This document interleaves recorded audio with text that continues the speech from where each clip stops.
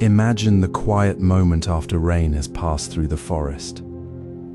The air feels clear, the leaves glisten, and the scent of earth rises gently. In this stillness, notice how the storm of raindrops, the wind's sudden rush, the thunder's echo, all these were not yours to hold. They came and went, leaving only the refreshed earth behind. So it is with your emotions. They arise without your permission, flow through your awareness like clouds through an open sky, and pass without leaving a permanent mark. You do not own them. They simply move through you. As the sky moves through clouds, when anger stirs, or sadness settles, see it not as a personal attack, but as a natural weather pattern within the vastness of your being. This is the heart of impermanence. Emotions are not fixed states, but temporary currents in the river of your experience. They hold no lasting power, because they are not yours to keep. When you grasp them, when you think, "This is me, this is happening to me," you add a second layer of suffering. You cling to the wave, fighting its movement, and the current becomes a storm. But when you simply notice the wave, without naming it yours, the intensity softens. The anger may still be there, but it loses its sharp edge, its ability to define your day or your worth. It becomes a passing cloud, not a storm cloud. The gardener does not argue with the rain. They see the rain nourish the soil. Similarly, your awareness is the soil, and emotions are the rain. They water the ground without needing your permission or your resistance. This is not about suppressing feeling, but recognizing its true nature. Feel the weight of emotion soften as you see it flow. Notice how a sudden frustration, when met with gentle observation, doesn't vanish but loses its grip. It moves through you like mist across a pond, leaving the water calm beneath. This is the wisdom of impermanence, by seeing emotions as transient weather, not as personal truths. You step free from their grip. You no longer carry the burden of "this is happening to me," because you understand it is simply happening. The intensity fades not through force, but through clarity. You see the emotion for what it is, a momentary shift in the energy of awareness. This gentle noticing of emotions flow creates a quiet space before the next thought forms. It is in that space that you choose your next step, not from the grip of reaction, but from the calm center of awareness. This awareness of emotional movement is the quiet space where reaction meets choice. As the clouds move through the sky, so does the space between thought and action.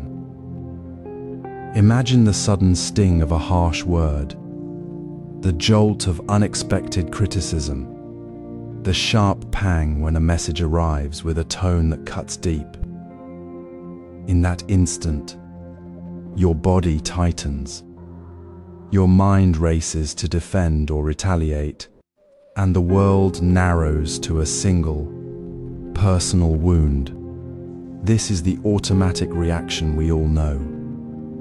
But Zen wisdom reveals a hidden space, a tiny, vital pause waiting just before the wave breaks. It is not about stopping your reaction entirely, but about creating a micro moment of stillness within the storm. This pause is where clarity truly emerges. The practice begins with your breath, not a deep sigh of frustration, but a simple, gentle anchor. When you feel that initial flicker of hurt or anger rise, pause. Breathe in slowly for 4 counts, feeling the air fill your lungs, and breathe out gently for 6 counts, releasing the tightness. This simple act of breathing creates a small, sacred space between the external event and your internal response.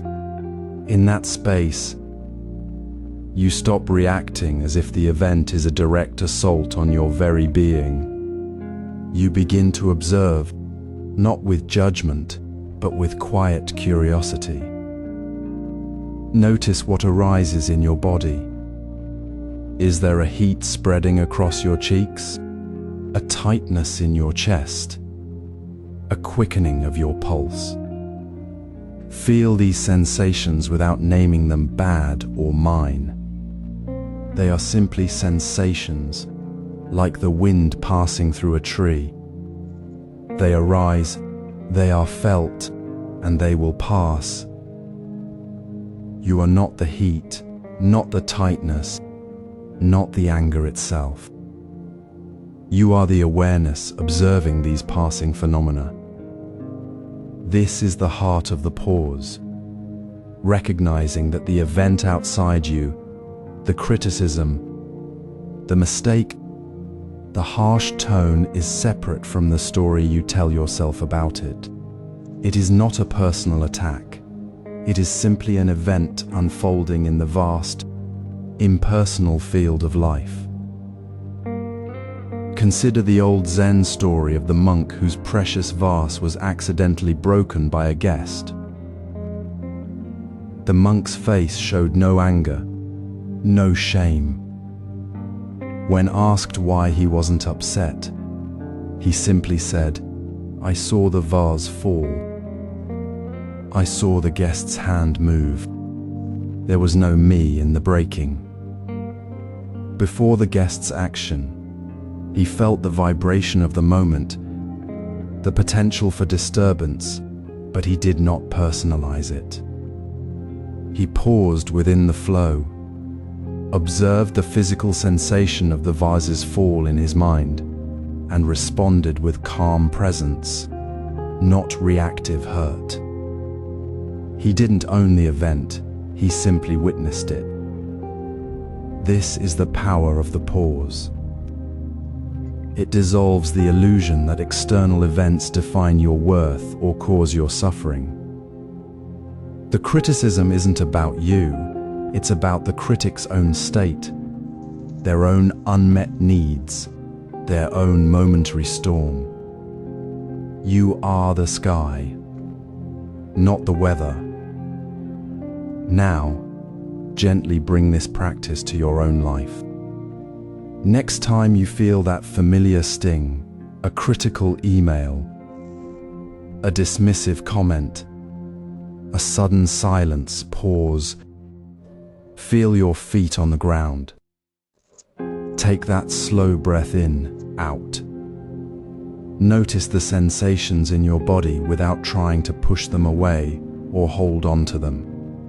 Simply say to yourself, "This is a sensation. It is passing." This tiny space of awareness, this mindful pause, is where the personalization dissolves. You step out of the story of me against the world and into the simple reality of this is happening now.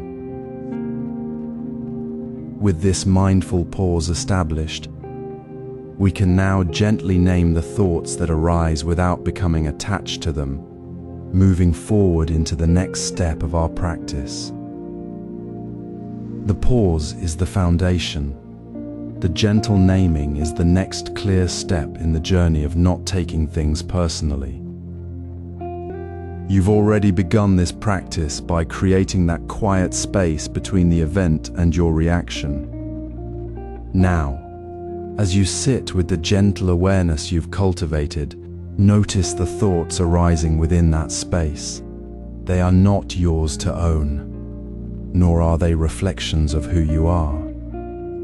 Think of them as weather patterns in the sky of your awareness, clouds drifting through a vast, clear sky.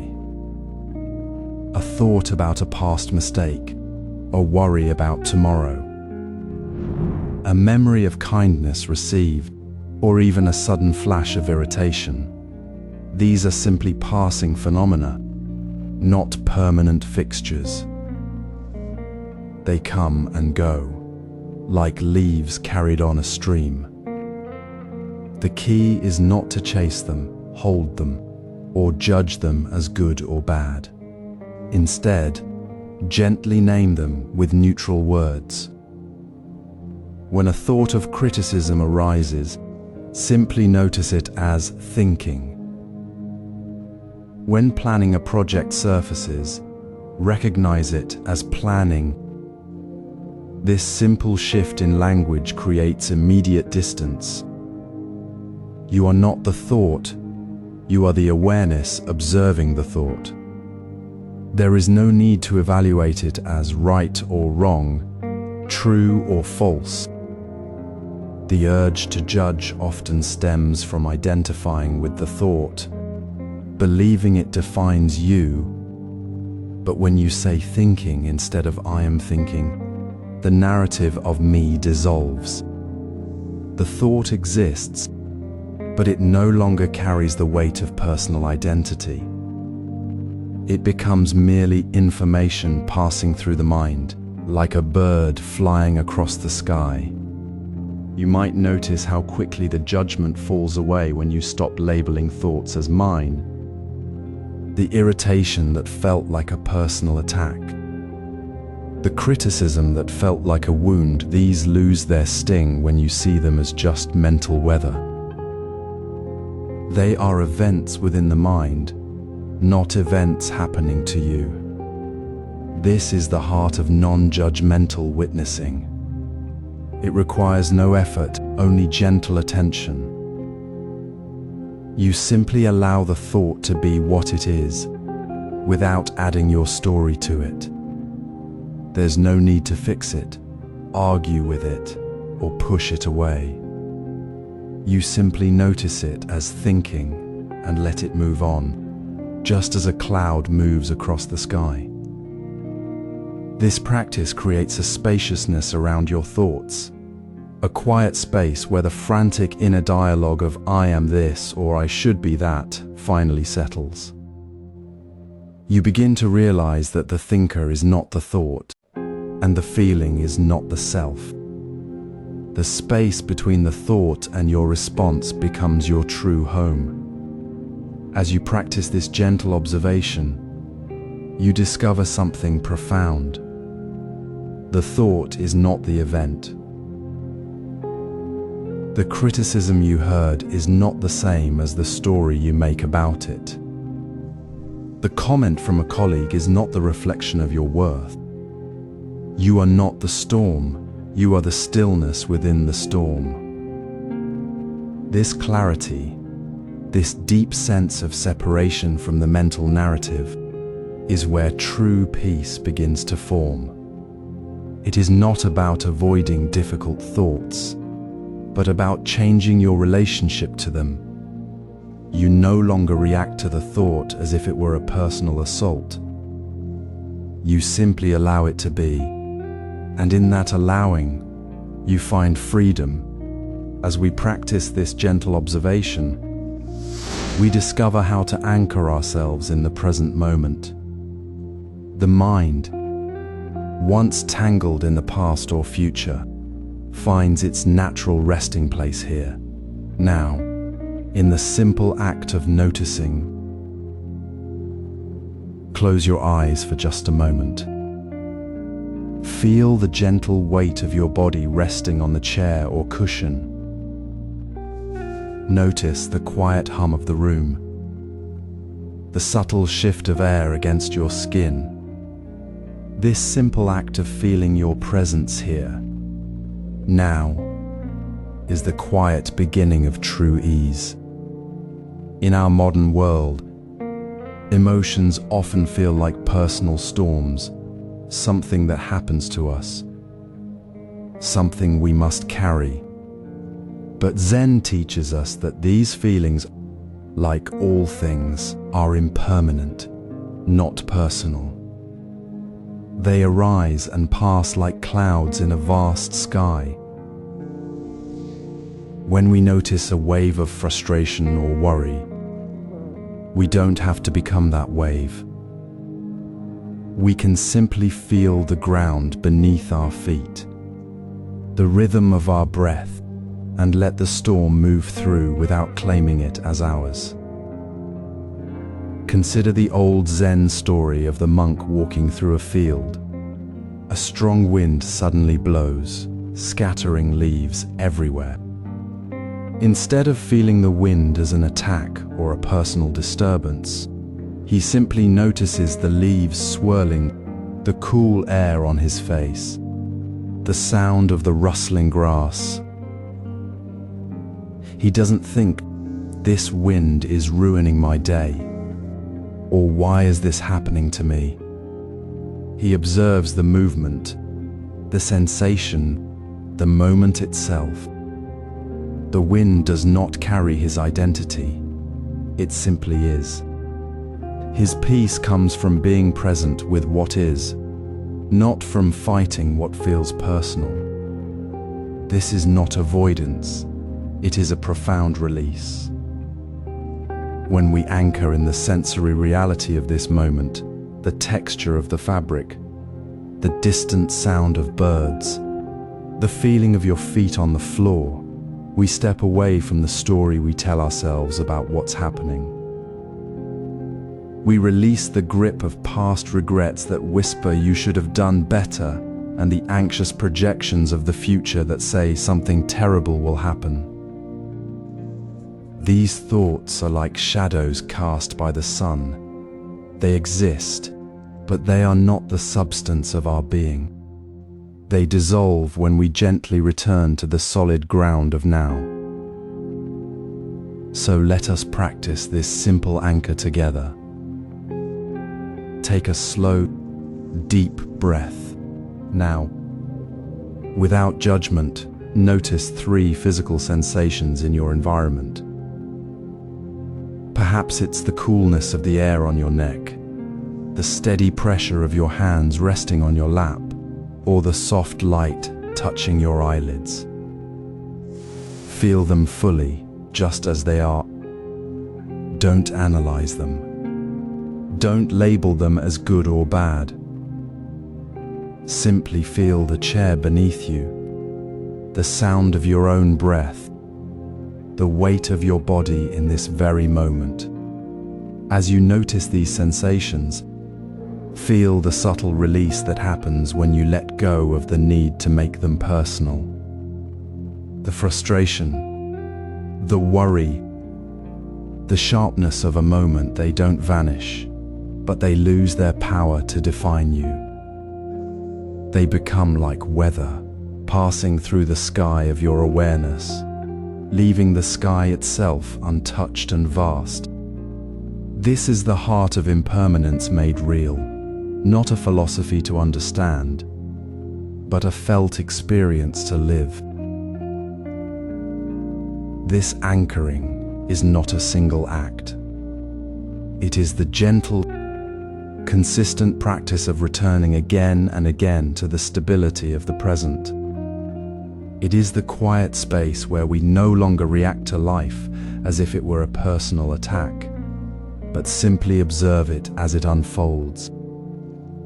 When the next challenge comes, a harsh word, a missed opportunity, a sudden anxiety, this grounded awareness will be your compass.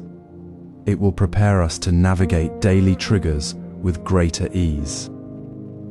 Imagine the gentle rhythm of your breath as you settle into the present moment, the anchor we found in the last chapter. Now, let's bring that calm awareness into the very moment a thought arises that stirs your heart. You feel the familiar tightening, the quickening pulse, the pull to react. This is where naming thoughts becomes your quiet, powerful companion. Instead of letting the thought, "I am unimportant," or "they don't respect me," fuse with your very sense of self, simply offer a soft, clear label worry or memory or criticism thought. Not "I'm worried," but "worry is here." Not "I am a failure," but memory of past criticism is here. This simple shift is not about dismissing the feeling. It's about creating a small, vital space between the thought and your identity. You are not the worry, you are the awareness that observes it. This practice, deeply rooted in ancient Zen mindfulness, is not merely philosophical. It has a tangible effect on the nervous system. When we name the thought, we prevent it from merging with me, with who I am. This separation is key. It stops the automatic spiral where a comment becomes a personal attack. A delay becomes a sign of incompetence. A silence becomes rejection. By labeling, we step back from the story the mind instantly creates. We see the thought as a passing weather pattern, not the entire landscape of our being. Research supports this. Studies show that simply labeling an emotional thought reduces its intensity by approximately 40%. The emotional charge softens because you are no longer personally entangled with the mental event. The sharp sting becomes a gentle observation. Picture this. You receive an email that feels dismissive. Your chest tightens. The old narrative begins. They think I'm not good enough. Instead of immediately reacting, you pause, breathe softly, and gently name it. Criticism thought. You don't argue with the thought or fight it. You simply note, criticism thought is present. Instantly, the pressure eases. The thought is still there, but it no longer owns you. The tightness in your chest begins to release. You are no longer the storm. You are the calm space observing the storm. This is the art of not taking things personally, lived in the smallest, most ordinary moment. It is not about becoming indifferent. It is about reclaiming your inner peace from the grip of reactive thinking. Now, take a quiet moment with your own experience. Notice any thought or feeling arising right now, perhaps a flicker of irritation or anxiety. Can you gently whisper its simple name to yourself? Irritation or anxiety or planning thought. See what happens in the space between the label and the feeling. Does the intensity soften even slightly? Does a little more room open up within you? This is your practice. It requires no special time, only the gentle awareness to notice and name. It is a simple, profound act of self-care, reminding you that you are the vast sky, not the fleeting cloud. You are not alone in this. This is the shared human journey toward calm, guided by simple, wise attention. With this naming practice established as your steady foundation, you now have the inner space to move even deeper. When the next acute trigger arrives, ready to pull you under, we will explore how to weave gentle breathing into that space, turning the very moment of stress into an anchor for deeper peace. The path continues, step by step, breath by breath. Feel the weight of a sudden criticism or a sharp word, and notice how your body responds before your mind even names the feeling. The breath quickens, the chest tightens, and the world narrows to that single sting. This is the moment the storm hits, and it's natural to react. But within this very tension lies your anchor, your most immediate refuge. In the practice of breathing through the storm, we do not fight the wave. We learn to stand steady within it, using the simple rhythm of breath as our compass. The technique is gentle yet powerful. Inhale softly through your nose for 4 counts. Hold that quiet breath for 7 counts, and release it slowly through your mouth for 8 counts. It is not about forcing calm, but about tuning into the physical reality of your breath itself. Feel the coolness as air enters your nostrils, the gentle rise of your belly or chest, the warmth as you exhale. Do not chase the thought of "why did they say that?" or "I should have handled it better." Simply notice the sensation of the breath moving through your body. Right here, right now. This focus on the physical, not the thought, creates a crucial pause. You are not the storm, you are the space where the storm passes through. Notice how your breath changes with your emotions, shallow and rapid when anger flares, tight and shallow when fear grips you. The 4-7-8 pattern directly counters this physiological reaction. The extended exhale, the longest part of the cycle, signals your nervous system to relax, to soften the grip of the moment.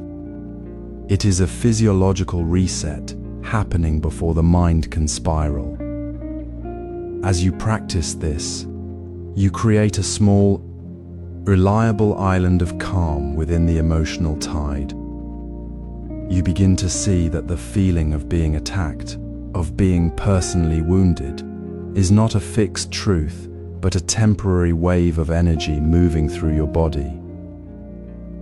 The breath is always present, a constant companion even when thoughts feel chaotic. This is the quiet wisdom of the practice. By returning to the physical sensation of breathing, you step out of the story and into the present reality of your own being. You notice the tightness in your shoulders, the quickening pulse, and instead of adding fuel to the fire with more judgment, you simply breathe through it. The breath becomes your anchor point, a steady rhythm that grounds you in the only moment you ever truly have. You are not the feeling. You are the awareness observing the feeling as it arises and passes, like clouds moving across the sky.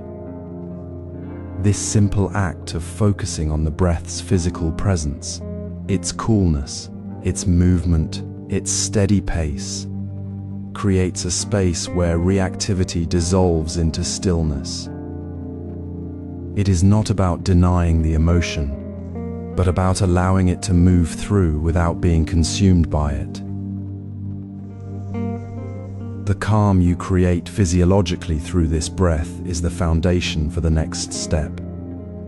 As you become accustomed to this space, you will naturally begin to notice the harsh inner voice that often follows the storm, the "I should have been better" or "why did I react like that?" This breath awareness, this quiet space you cultivate, becomes the gentle ground where you can meet that inner criticism with kindness instead of more harshness. The calm breath leads directly to self-compassion. Welcome back to your practice. We've been learning to step gently out of the storm of reaction, creating space between thought and identity, and anchoring in the breath. Now, as that space opens, we turn our tender attention inward toward the voice that often whispers harsh judgments when life feels heavy. This is where self-compassion begins, not as a grand gesture, but as a quiet, daily choice to soften the edge of our inner critic. Instead of the familiar sting of "I failed" or "I should be better," we gently offer ourselves the simple phrase, "May I be kind to myself." This isn't about ignoring what happened. It's about recognizing that the feeling of being inadequate, the tightness of frustration, is not unique to us. We notice the universal truth.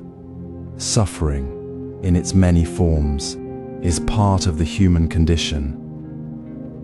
When criticism arises, we don't fight it or believe it. We simply acknowledge it as a passing thought, like a cloud drifting across the sky. And crucially, we notice where it lives in our body. That familiar knot in the shoulders, the tightness beneath the ribs, the jaw clenched with self-blame. These physical sensations are the body's signal that the personal sting is deepening. They are the invitation to pause, to breathe, and to choose a different response. Imagine sitting quietly after a difficult conversation, the words echoing. Your hand might tremble slightly, your breath shallow. Instead of spiraling into, "They were right to criticize me," you place a gentle hand on your heart. You feel the tension, you name the sensation softly, and then you whisper, "May I be kind to myself?" You remember that this ache of self-judgment, this feeling of being personally wounded, is something millions of people experience every single day. It is not a sign of personal failure, but a shared human moment of vulnerability. This recognition dissolves the isolation of the moment. The criticism no longer feels like an attack on your very being. It simply feels like a difficult thought arising within a human experience. The sharpness of the sting softens. The breath deepens naturally. You are no longer fighting the feeling. You are meeting it with a gentle hand. This practice is not about being perfect or never feeling hurt. It is about changing the relationship with the hurt. It is noticing the physical tension as a signal, not a command to escalate the inner storm. It is replacing the harsh inner voice with the quiet, steady rhythm of self-kindness. When we do this, we reclaim the space that was previously consumed by self-blame. The moment remains, but the personal weight of it lifts. The difficult interaction, the perceived mistake, the critical word, it still happened, but it no longer defines us or anchors us in suffering. We meet it with the calm of presence, not the heat of reaction. Try it now. As you sit, feel your body. Where is the tension? Soften that place, just a little. Whisper gently, "May I be kind to myself?" Feel the subtle shift, the release of a little held breath. This is not a one-time act. It is the gentle hand we offer ourselves, again and again, throughout the day. Each time we choose kindness over criticism, we build a new neural pathway, a deeper understanding that we are safe, we are worthy, and we are not alone in this human journey. As self-compassion deepens, we find we can release the accumulated emotional burdens we've carried daily, not through force, but through the quiet, steady practice of meeting ourselves with tenderness. Find a quiet moment, perhaps after your morning tea or before you settle into evening stillness, to gently turn your attention inward. This is not about fixing anything or forcing forgiveness.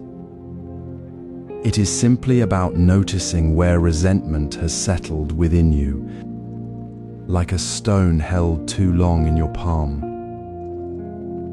You might feel a tightness in your chest, a heaviness in your shoulders, or a subtle heat beneath your skin. These are the physical whispers of a grudge you've been carrying. Notice them without judgment, as you would observe the weather outside your window. The body holds what the mind forgets. Now, softly place your hand over your heart, or rest your palm gently on your lap. Take one slow, deep breath in, and as you breathe out, say to yourself with quiet intention, "I release this for my peace." Let the words be a gentle wave washing over the tension. Do not seek dramatic change. Simply offer this phrase as a gift to yourself, a promise to stop adding to the weight. This small, deliberate act of release is not about the other person or the event. It is about reclaiming your own inner space. When you let go of a small hurt, a sharp word, a forgotten promise, a minor slight, you prevent it from becoming a stone in your pocket, one that grows heavier with each step. Each day, as these small stones accumulate, they transform into a burden that clouds your vision, making the world feel like a place of constant threat. By releasing them consciously, you prevent that slow erosion of your calm. It is a practice of freedom, not a perfect state. Some days the release may feel light as a sigh. Other days, the stone may feel stubbornly rooted. On those days, simply return to your breath and the phrase. The practice is not in the absence of hurt, but in the willingness to step away from its grip. Remember the old monk who carried a heavy pot of rice. When a child accidentally knocked it over, spilling the rice across the path, the monk did not stop to scold or feel wounded. He simply bent down, gathered the scattered grains, and continued on his way. The spilled rice was not his burden to hold. His path remained clear. That is the wisdom we cultivate here. The hurt is not yours to carry. It is a passing cloud, not the sky itself. When you release the grudge, you do not diminish the event. You simply choose not to let it shape your present moment. This conscious release, repeated daily, becomes a quiet revolution within. It softens the edges of your world, making room for a different way of seeing. The tightness in your chest begins to ease.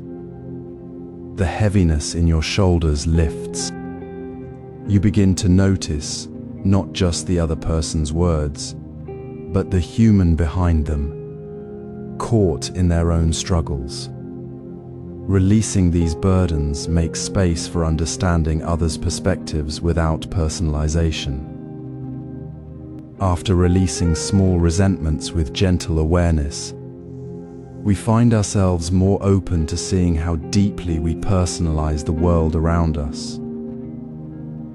This chapter invites us to gently uncover the ego's quiet trap, where every event, every word, every glance seems to touch our core. The ego, that subtle sense of a separate self, doesn't just observe thoughts, it identifies with them, whispering, "This is me," or "This is mine." When a colleague speaks quickly in a meeting, the ego hears, "They're dismissing me." When a friend is late, it feels, "They don't care about me." The external event isn't just happening, it's become a personal attack, a wound to our carefully constructed identity. This is the ego's story, a narrative where I is always the center of the scene, the one who must be hurt or defended. We forget that the world is simply moving, like wind through leaves, and our hurt arises not from the wind itself, but from the story we tell about it. Consider the simple moment of spilling tea. A friend reaches for the cup, and hot liquid splashes onto your sleeve. Instantly, the ego might flare. They did that on purpose. They're clumsy and disrespectful. But what if, for a breath, we step back? We notice the tea is hot, the cup is slippery, and the spill was simply an accident, a moment of ordinary human clumsiness. The event remains the same, yet the personal sting vanishes. The ego's story collapses like a house of cards when we see the accident isn't about us. This isn't about ignoring the mess. It's about seeing the deeper truth that the event belongs to the world, not to our sense of self. The hurt was never in the tea, it was in the story we told about it. Now, gently practice noticing this pattern in your own life.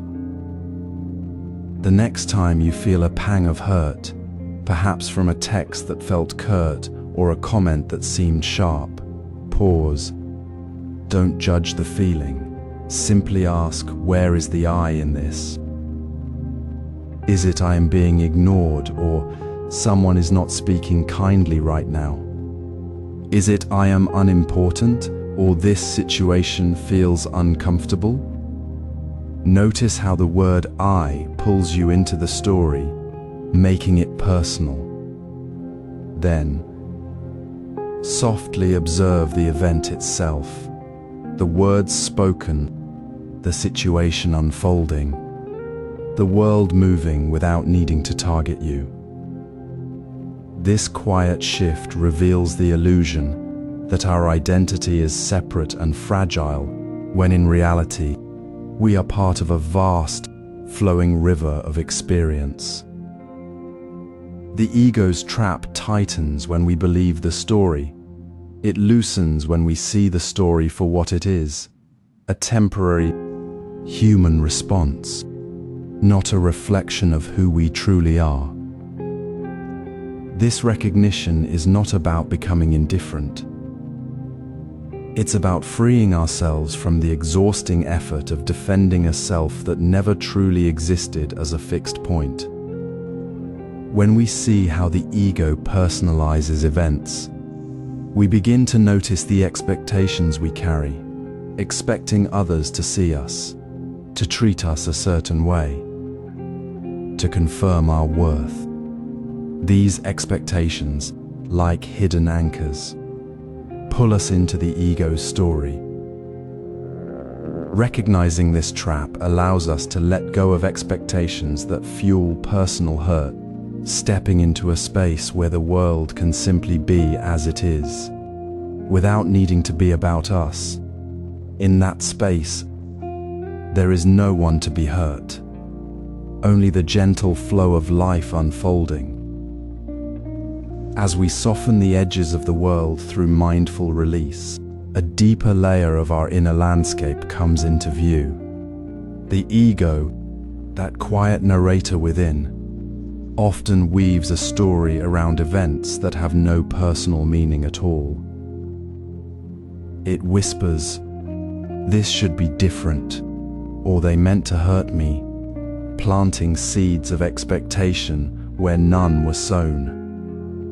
These unspoken shoulds become invisible weights we carry through every interaction, making even the smallest ripple feel like a personal storm. When a colleague's comment misses the mark, or a friend seems distant, the ego instantly personalizes it, creating a tightness in the chest, a subtle tightening of the shoulders, a clenched jaw, the body's clear signal that an expectation has been unmet. We feel the sting not from the event itself, but from the story we've built around it, the story that says we deserve better, that things should align with our inner map. This is the hidden burden we carry. We expect others to read our minds, to act as we wish, to validate our worth through their words or actions. These expectations are not gifts. They are chains we forge for ourselves. When the expected response doesn't come, the tension rises, the mind races with why and what if, and we feel personally wounded. Yet the truth is simpler. The world does not revolve around our map. The colleague may be overwhelmed. The friend may be struggling with their own unseen burden. The event itself is neutral. It is the ego's interpretation that creates the pain. Releasing these expectations is not about lowering standards or becoming passive. It is a gentle act of unclenching. It is noticing the tightness in the body, acknowledging the unspoken should without judgment, and then consciously choosing to let it go. Imagine holding a stone that isn't yours. You feel its weight, its cold hardness, until you realize it belongs to someone else. You simply place it down. This is the practice, noticing the expectation arise, feeling its physical weight, and then releasing it with a soft breath, allowing it to drift away like a leaf on a calm stream. It requires no force, only gentle awareness. In this simple act of release, we reclaim our inner space. The tension dissolves. The mind becomes quieter, and the automatic reaction, the flare of anger or sadness, loses its grip. Studies and countless practitioners affirm that this conscious release of unmet expectations leads to a significant reduction in emotional reactivity, often by as much as 60% in daily life. The space where the expectation lived becomes open, clear, and free from the burden of how things should be. This is the profound shift. When we stop expecting the world to fit our internal blueprint, we stop seeing every event as a reflection of our worth. We begin to see people and situations as they truly are, without the filter of our own unmet demands. The words of others become simply words, not weapons aimed at us. The actions of others become actions, not reflections of our value. The space we create through releasing these burdens is the space where true understanding, compassion, and peace can finally reside. With expectations released, we can observe others' opinions without personalizing them. Imagine standing in a garden as a gentle breeze moves through the leaves, carrying the scent of blossoms. Now picture that same breeze carrying a stray remark about you, perhaps a comment that stung just moments ago. In that moment, you might feel a tightness in your chest, a quiet voice whispering, "They don't like me." But what if you could step back and see that remark not as a permanent judgment etched in stone, but as a passing wind through the garden, temporary, shifting, and utterly without lasting substance? This is the heart of understanding opinions as passing winds. We mistake others' fleeting views for personal storms, believing their words define us or reveal our worth. Yet opinions, like weather, are never fixed. A colleague might praise your work today and question it tomorrow. A friend's casual comment might feel like a blow one moment and fade into quiet background noise the next. We cling to these opinions as if they were solid truths, but they are merely weather patterns on the surface of our experience, moving with the current of other people's moods, circumstances, or even their own confusion. When we notice how opinions shift like seasons, sometimes warm and welcoming, sometimes cold and sharp, we begin to see them for what they truly are: external events, not internal reflections of our being. This realization is the gentle release of the need for validation. It is not about becoming indifferent to others, but about recognizing that your peace does not depend on their approval. When you no longer feel the need to chase their praise or defend against their criticism, a deep calm settles within. You stop carrying their words like heavy stones, and the tightness in your chest dissolves into spaciousness. This is the emotional freedom that comes from not taking opinions personally.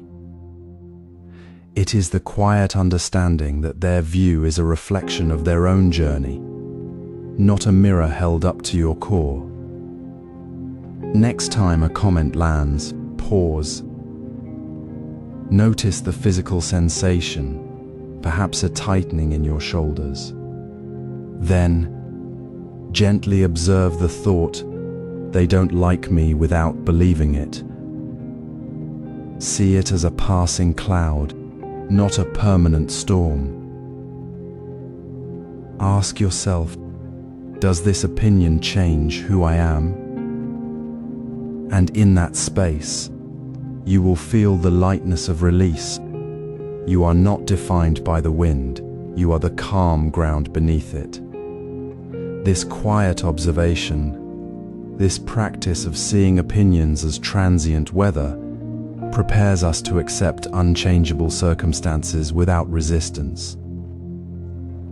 It teaches us that true stability comes not from seeking external approval, but from the unshakable peace of knowing who we are, beyond the shifting winds of others' words. We all carry an invisible weight, a subtle tension held tight within us, when life unfolds in ways we cannot control. This tension arises not from the events themselves, but from our deep-seated habit of personalizing them, of believing the world must bend to our desires or judgments. To step free, we must first see clearly the boundary between what we can change and what we cannot. This distinction is not about resignation, it is about wisdom, a gentle clearing of the mind to see reality as it truly is, without the distortion of our ego's demand for things to be otherwise. Consider a simple moment by a flowing river.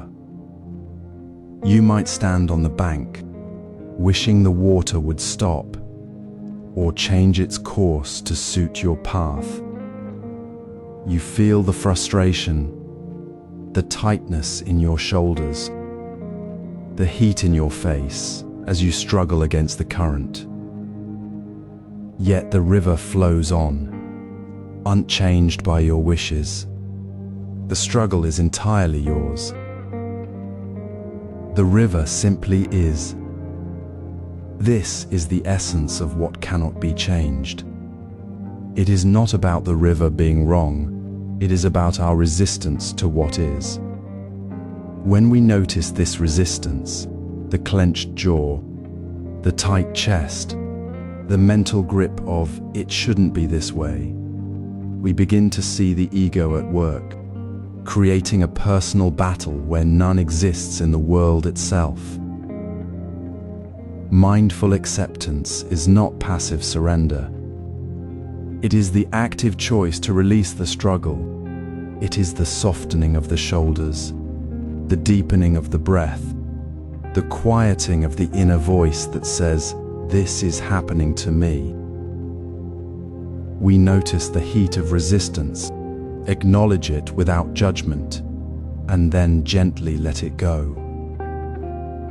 We breathe into the fact that the river flows, that the rain falls, that the other person's words are simply words, not an attack on our worth. In that release, the energy we poured into fighting vanishes. The tightness melts, replaced by a spacious calm. The stress transforms. What was once a storm inside us becomes simply a clear observation of the river flowing, the rain falling, the words spoken. We see the situation as it is, without adding our personal story, and find peace within the observation itself. This practice invites you to pause right now. Notice your breath. Feel any tension in your body, perhaps a tightness around your heart, a stiffness in your neck. This is your resistance to something you cannot change. Breathe into that space. Soften the edges. Let the breath flow freely. Say to yourself gently, "This is how it is right now. I do not need to fight it." Feel the subtle shift. The struggle lessens. The observation deepens. The stress does not vanish because the situation changes, but because you change your relationship to it. You stop making the situation personal and instead meet it with open awareness. The energy that fueled your inner storm now flows as still water, reflecting the sky clearly. This profound shift in how we meet the unchangeable is the very foundation for seeing others with clarity. When we no longer struggle against reality, we can see others' words or actions not as personal assaults, but as the natural flow of their own circumstances, their own struggles, their own river. We understand their suffering without needing to take it onto ourselves. We see it clearly without the distortion of our own ego, and respond with compassion that comes from peace, not from personal pain. This is the gentle liberation found in accepting what cannot be changed. Imagine a quiet moment after a meeting where a colleague snapped at you over a minor mistake. Your chest tightens. A familiar sting of personal rejection flares. This is the moment we all know, the instant we take words as judgment against our worth. But what if their sharp tone wasn't about you at all? What if it was simply the echo of their own unspoken exhaustion, anxiety, or past hurt? In Zen, we learn that every action, every word, flows from the wellspring of the actor's own suffering. Their frustration isn't a reflection of your value, it's a ripple from their own troubled waters. When we recognize this, the sharpness of their words softens. We no longer see an attack, but an expression of pain. This shifts everything. Consider a simple interaction. A friend sends a curt text, ignoring your message for days. Your mind races. They're angry with me. They don't care. but pause. Notice the personalization. Then, gently ask, what might they be carrying? A family worry, a work crisis, a deep loneliness they're too overwhelmed to name. Their behavior stems not from you, but from their own storm. This isn't excuse making. It's seeing clearly. It's releasing the burden of taking it personally. Compassion arises not because we agree with their words, but because we understand their source. And crucially, we hold this compassion without absorbing their pain. We don't become their burden. We simply see their suffering without letting it become ours. This dissolves the invisible wall of us versus them. There is no enemy here, only a fellow traveler navigating their own difficult path. Now, let's bring this to your daily life. The next time someone's words cut you, stop, breathe, feel the tension in your shoulders. Notice the story you're telling yourself. They're attacking me. Then, softly, ask, what pain might be behind this? Not to justify them, but to see them as human. See the exhaustion in their eyes, the weight they carry. Your compassion isn't about fixing them. It's about freeing yourself from the illusion that their pain is your responsibility.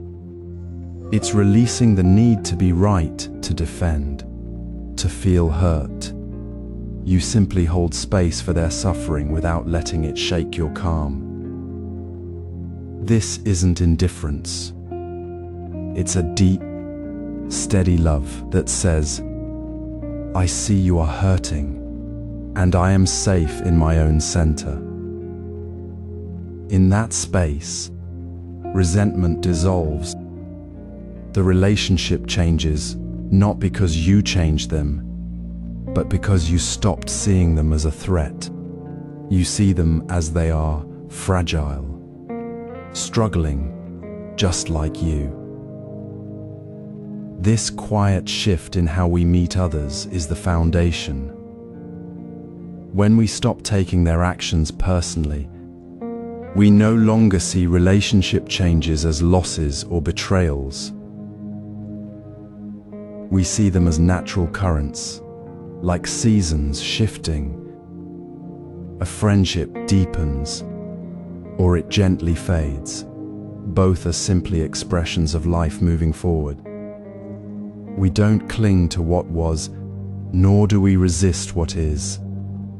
We flow with it, seeing clearly that every connection, like every human heart, carries its own weather. This is the wisdom that turns conflict into connection, misunderstanding into understanding. It is the art of not taking things personally, and in that art, we find peace not just for ourselves, but for the world we touch. This clarity naturally leads us to see that all relationships are part of a greater flow, not fixed points to hold on to. Imagine a gentle river flowing through a valley. It doesn't resist the rocks it encounters. It simply moves around them, reshaping its path. Relationships are like this river, not a fixed stone wall. They flow, change, and shift with the seasons of life, much like the water adapting to the land. We often hold relationships in our minds as if they were carved in stone, demanding they stay exactly as we first knew them. We feel stress when a friend becomes quieter, when a colleague's tone shifts, or when a family dynamic subtly alters. This stress comes not from the change itself, but from our quiet insistence that things must remain as we imagined. We cling to the idea of how a relationship should be, creating a tightness within us that only deepens the ache when reality moves on. Consider the simple act of sharing tea. As hot water meets the leaves, the pattern of their dance is never the same twice. One cup may swirl gently, another may form a slow spiral. The tea leaves don't hold on to a specific shape, they simply move with the water's current.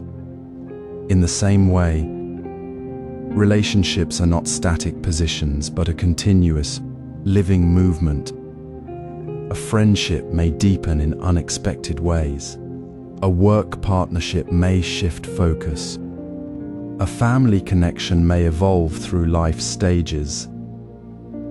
Noticing this natural flow without trying to force it into a mold we've created brings profound relief. It is not indifference, it is a deep acceptance that change is the only constant. When we release the grip on how a relationship must look, the heavy weight of expectation lifts.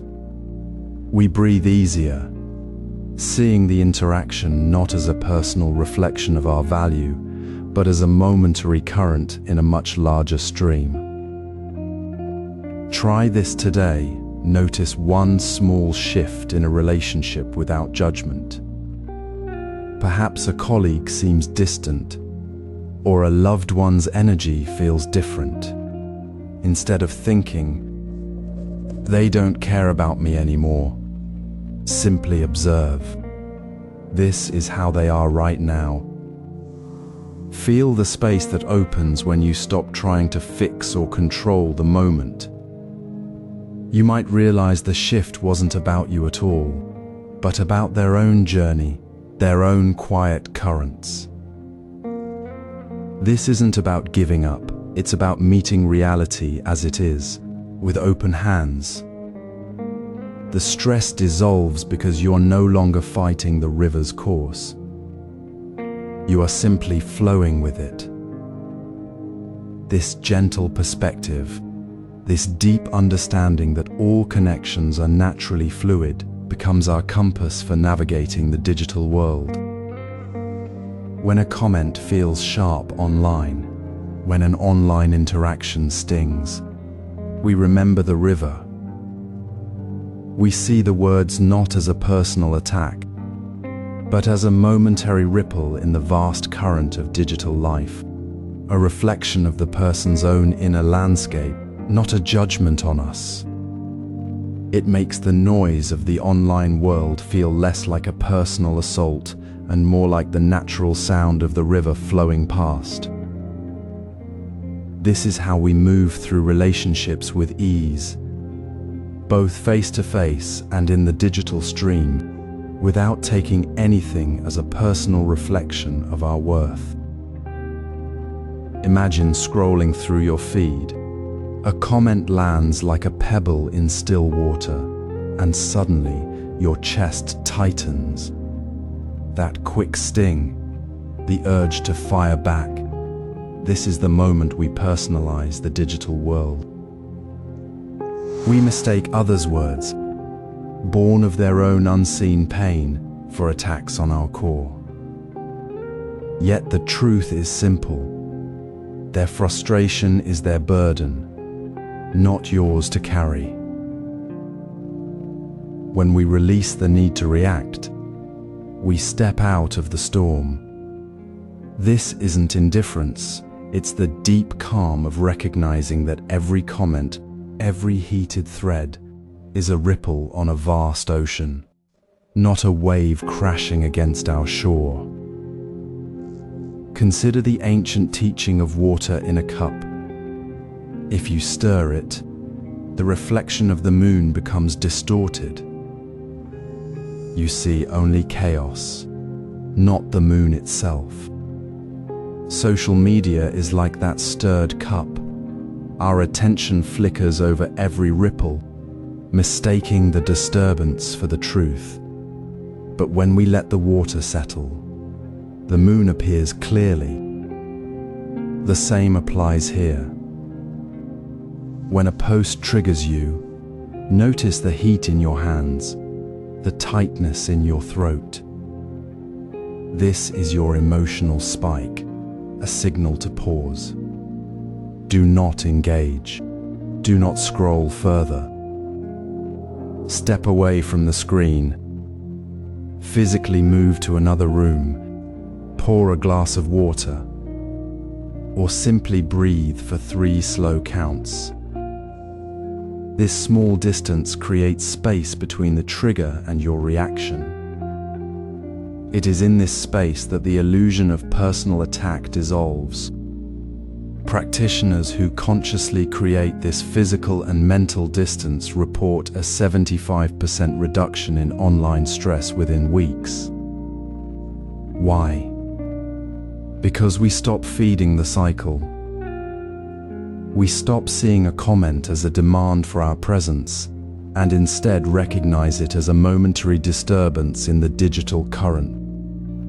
You don't need to respond to every post, every argument, every notification. Let it settle. Let the water clear.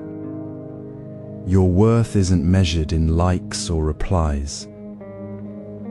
It is already whole, unshaken by the ripples of others' turbulence. This practice transforms your digital life.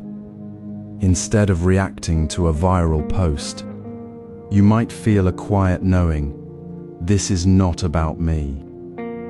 When you choose not to reply, you release the need to control the narrative. You free yourself from the exhausting performance of online validation. The stress that once clung to you like static now falls away. You return to your screen with calm eyes, not clenched fists. The feed remains, but you no longer let it dictate your inner landscape. This is the art of non-personalization in action.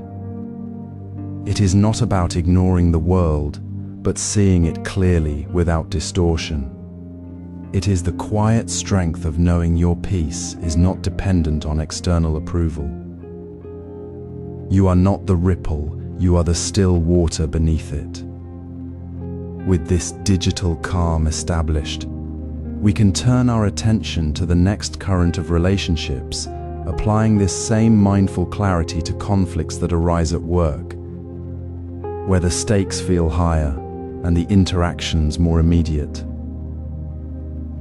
The same wisdom that helps us navigate online comments guides us through the complexities of professional connection.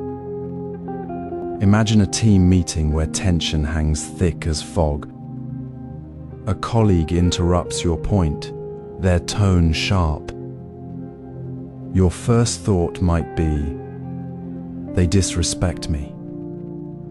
You feel your shoulders tighten, a familiar heat rising. This is the moment the river of relationships meets a rock of personalization. But remember the flowing water from before. Relationships shift, comments ripple outward, not strike inward. That sharp interruption, it likely reflects their own stress, not a personal judgment of you. Seeing it as a communication breakdown, not an attack, is the first step to calm. In the Zen tradition, we say the mind creates the problem before the words are spoken.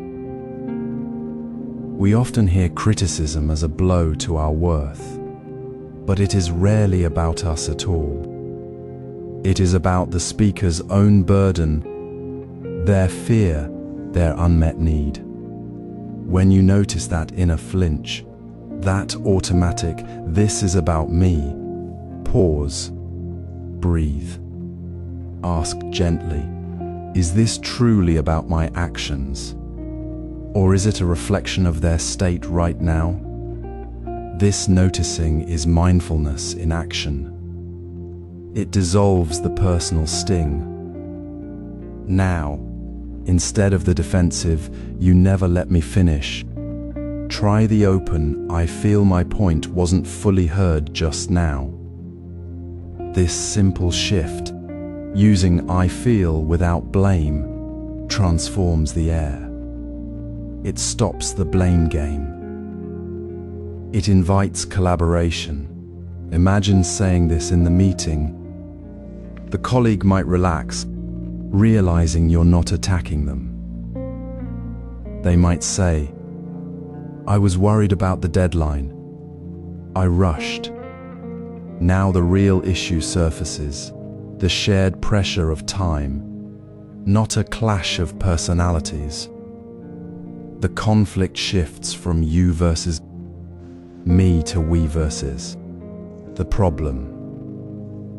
Solutions emerge naturally, perhaps a quick check-in before the next meeting, or clearer speaking turns.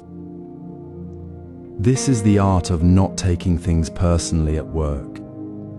It is not about ignoring feelings or being passive. It is about recognizing that the emotional charge belongs to the speaker, not to you. It is about choosing to respond from a place of clarity, not reactivity. When you stop seeing every disagreement as a personal affront, you free yourself from the exhausting battle within. You also free the other person to be human, to express their own stress without hiding behind anger. The work itself becomes less stressful, more connected. You see the human behind the words, not just the perceived enemy. Notice your own reactions this week. In a tense email, a raised voice in a call, a critical comment in a chat, pause. Ask yourself, what might be happening for them right now? What need might they be trying to express? How can I respond from my calm center, not my wounded self? Try one "I feel" statement when you notice the personalization rising. See how the air changes. When we stop interpreting words as personal blows, we naturally begin to hear the unspoken needs beneath them. This quiet shift from defense to understanding becomes the foundation for truly deep listening. It moves us beyond resolving the immediate conflict, into building the trust that makes every interaction, even difficult ones, a step toward connection. As we move beyond the digital calm of recognizing online comments as others' burdens, let us now turn our gentle attention inward to the quieter space where true freedom lives. Notice how often you cling to outcomes in the simple acts of daily life, waiting for a reply, rehearsing a conversation, or even preparing your morning tea. This subtle grip, this quiet insistence that things must unfold a certain way, is the very root of performance anxiety. It's the unseen weight we carry when we believe the world's judgment hinges on our every action. But what if, right here in this moment, you could release that weight? Not by ignoring the task, but by dissolving the need for a specific result. Imagine preparing a meal not for praise, but for the quiet satisfaction of chopping vegetables, the rhythm of the knife, the scent of herbs releasing into steam. The joy isn't in the finished dish being perfect, it's in the presence of the chopping, the warmth of the stove, the simple act of nurturing yourself. This is the heart of non-attachment, not indifference, but a deep, embodied trust that the process itself holds its own completeness. Consider the ancient tea ceremony. A master pours matcha not to impress, but to honor the moment.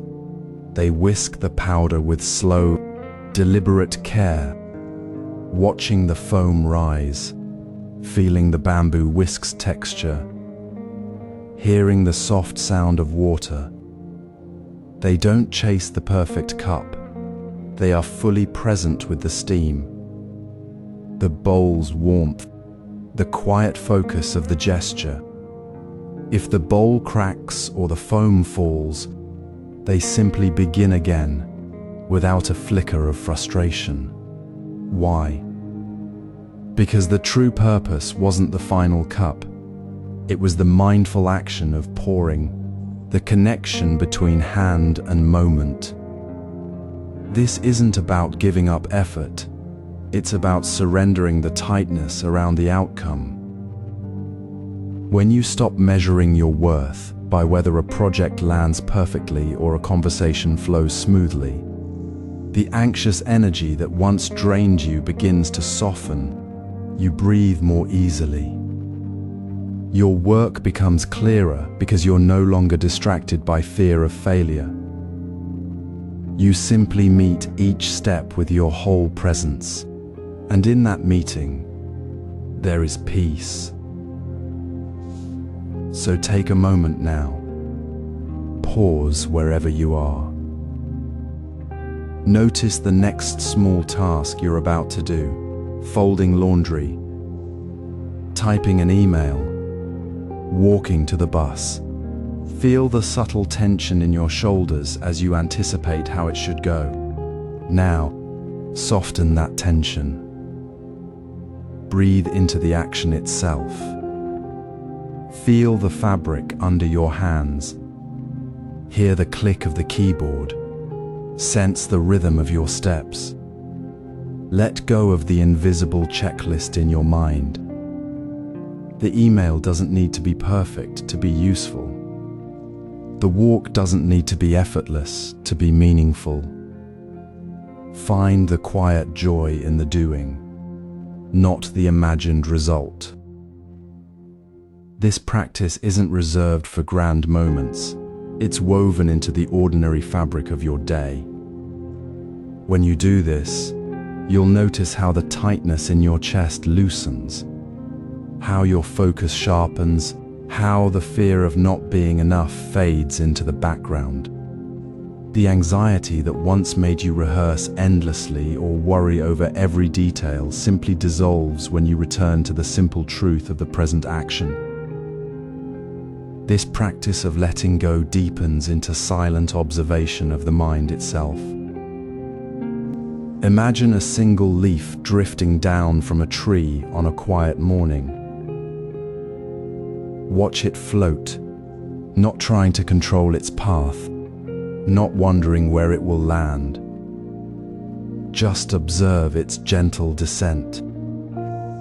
This simple act mirrors the quiet power of silent observation. It is not about stopping thoughts, but noticing them as they arise, like clouds passing through a clear sky. You see the thought about yesterday's argument, the worry about tomorrow's meeting, not as a command to follow, but as a passing shape in the mind's landscape. There is a natural pause between thoughts, a breathing room you've always had, but rarely noticed.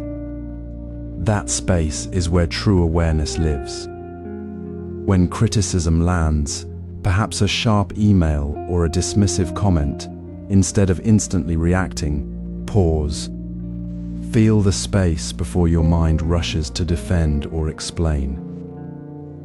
Notice the thought, "This is about me," arise. Then let it float by like the leaf.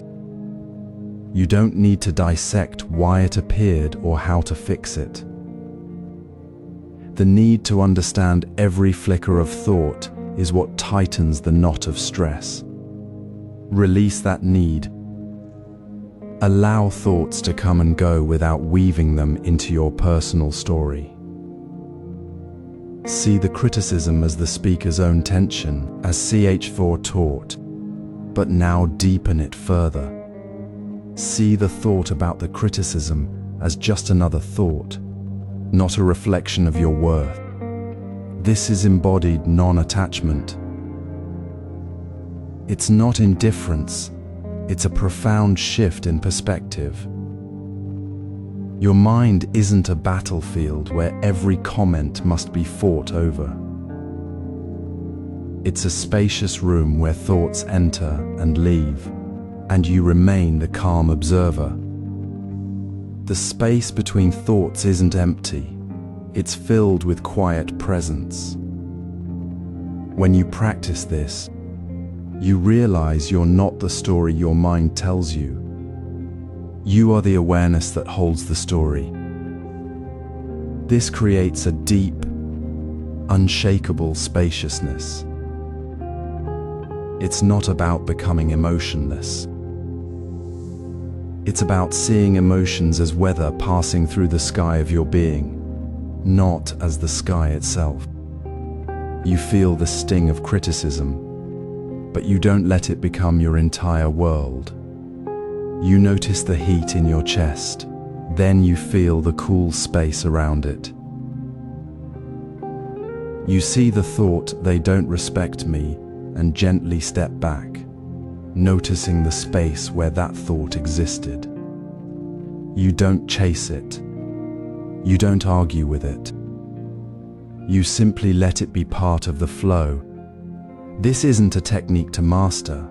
It's a way of being that reveals itself when you stop struggling to control the river and instead learn to rest by its bank. It's the difference between trying to hold a handful of sand and simply watching the grains fall through your fingers. The more you practice noticing the space between thoughts, the more you realize your true nature isn't tied to any single thought or feeling. You are the stillness beneath the surface. When you can be present with a thought without being consumed by it, stress loses its power. The criticism still happens. The traffic still jams. The email still stings, but you are no longer trapped inside the narrative of being attacked. You are the quiet witness. This is the heart of silent observation. It is the practice of seeing clearly without adding the weight of me to every experience.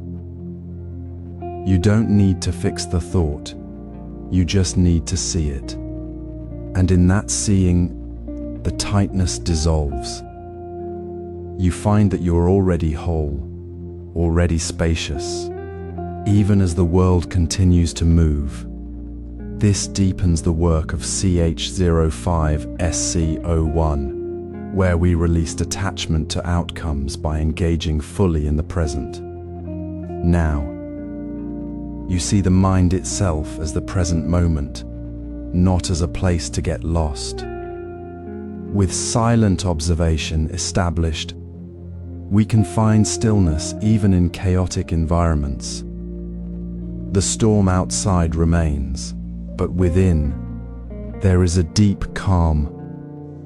The noise continues, but your awareness remains a quiet space. This is the power of seeing.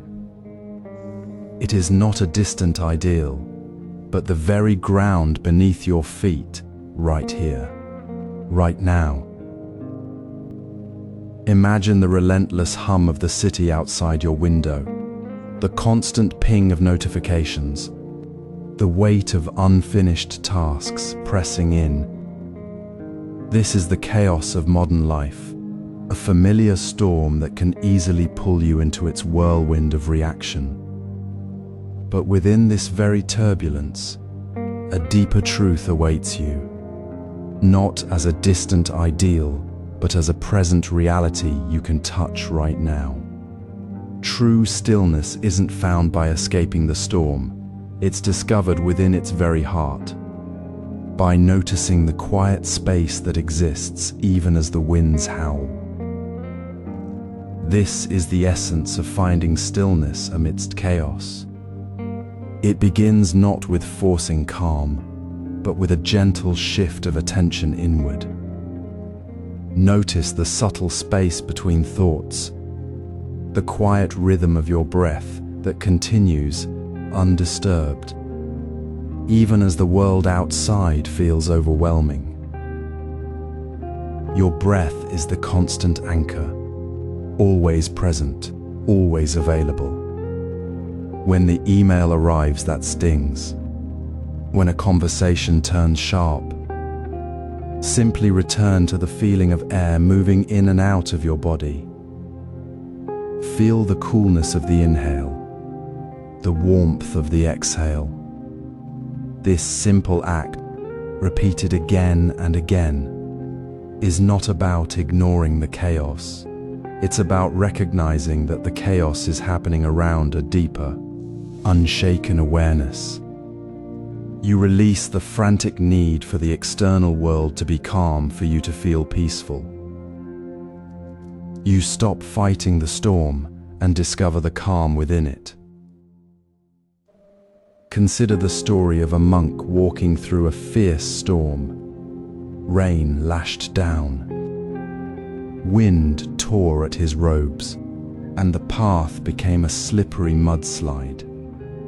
People around him were frantic, shouting about ruined crops and lost journeys. The monk walked calmly, his steps steady, his face serene. When asked how he remained so peaceful, he simply said, "The storm is outside. My mind is the calm ground beneath the rain." He didn't deny the storm's intensity. He simply didn't let it become the center of his world. He noticed the stillness within himself, his breath, the ground beneath his feet, while the world raged. This is not passivity, it's profound presence. It's understanding that the storm of external events does not define your inner state. Your stillness is not dependent on the weather outside. This is the practice we invite you to embody. The next time the phone rings with difficult news, the traffic jams, the words that feel like a personal blow, pause. Don't reach for a solution or a reaction yet. Instead, gently place your awareness on your breath for just 3 cycles. Feel the natural rise and fall of your chest. Notice the quiet space within the moment, even amidst the noise. This isn't about suppressing feeling. It's about recognizing that the feeling is passing through a field of awareness that is inherently calm. You release the tight grip on needing the situation to be different, to be peaceful, to be safe. You simply rest in the knowing that you are already whole, already at peace, regardless of the external storm. This simple act of returning to your breath, of noticing the stillness within, transforms the chaotic moment. It becomes not a threat, but a space where inner peace can truly be felt and known. This deepening practice of finding stillness within the very fabric of chaos, without needing the world to change, allows you to move beyond mere observation. It prepares the ground for a profound shift, the ability to listen deeply, without the filter of personal reactivity, to truly hear the other person, the situation, the moment itself, with clear and open awareness. Imagine a moment when someone speaks words that feel like stones thrown at your heart. You feel the sting, the urge to defend, to explain, to make the words disappear. This is the natural reaction, the old habit of taking things personally. But true mindful listening invites us to step beyond that reflex. It is not about waiting to speak, not about planning your rebuttal. but about opening your entire being to hear the truth of what is spoken without the filter of your own story. It means listening to understand the person, not to respond with your own need to be right or to fix the situation. When words land, notice the subtle shift inside you, the tightening in your shoulders, the quick thought of "they mean me," the pull to jump in with an explanation. This noticing is the first step of non-attachment in action. You see the words, you hear the tone, but you do not immediately claim them as an attack on your worth. The need to fix what you hear, to judge it as good or bad, to make it fit your narrative, simply dissolves. You release the burden of having to control the meaning. Instead, you simply hear the sound, the intention behind it, the human behind the words. This is not indifference, it is profound presence. It creates a space where connection can truly happen, free from the walls we build when we personalize every word. The person speaking feels heard, not defended against. You feel lighter, unburdened by the weight of taking it all on. It is a quiet revolution in communication. You are no longer reacting to the world, you are simply being present with it. Picture this: you sit with a friend who shares something difficult, perhaps a criticism that stings. Your first impulse might be to flinch, to defend your actions, to explain why it wasn't so. Instead, you breathe. You feel the breath move through your body. You notice the words, but you do not let them become a story about your failure. You simply listen. You see the worry in their eyes, the need for understanding behind their words. You might say, "I hear you feel frustrated," without adding your own justification. You feel the tension ease within you. The criticism no longer lands as a personal blow, it becomes information, a moment in the flow of conversation. You are not the center of the story anymore. You are simply the ground upon which the words rest. This is the depth of non-attachment. It is not about ignoring pain or avoiding difficult conversations. It is about meeting them without the added layer of personal hurt. It is the practice of letting words pass through you like clouds across the sky, without needing to hold on to them, without letting them change your sense of calm. As you practice this, you begin to see how often you personalize words that were never meant to be about you at all. You notice the automatic story forming. They are angry with me. They think I'm weak. But with mindful listening, you step back from that story. You see it as just a thought, not a fact. You release the need to judge the words or the speaker. You simply hear. This release is not passive, it is active, gentle and deeply freeing. It is the practice of returning to the breath, to the present moment, with every word that comes your way. You are no longer chasing the reaction, you are simply listening. This quiet listening becomes the quiet foundation for integrating non-personalization into every moment of your day. We stand now at the threshold of a deeper practice, building upon the stillness found within chaos and the profound listening that dissolves personal reactivity. This next step invites us to turn our gentle awareness inward, not to fix or chase, but simply to witness the ever-shifting landscape of our own emotions. We move beyond the surface reaction to see the deeper flow. Imagine an ocean at dusk. A wave rises, perhaps strong and dark with the force of a sudden storm. It feels immense, overwhelming, demanding our attention and reaction. We might instinctively try to push it back, to shout at it, to believe it defines the sea itself. But the Zen practice is to simply observe this wave as it rises, not with fear or the desperate need to control its height, but with a quiet, curious attention. Notice its shape, its color, the way it gathers power.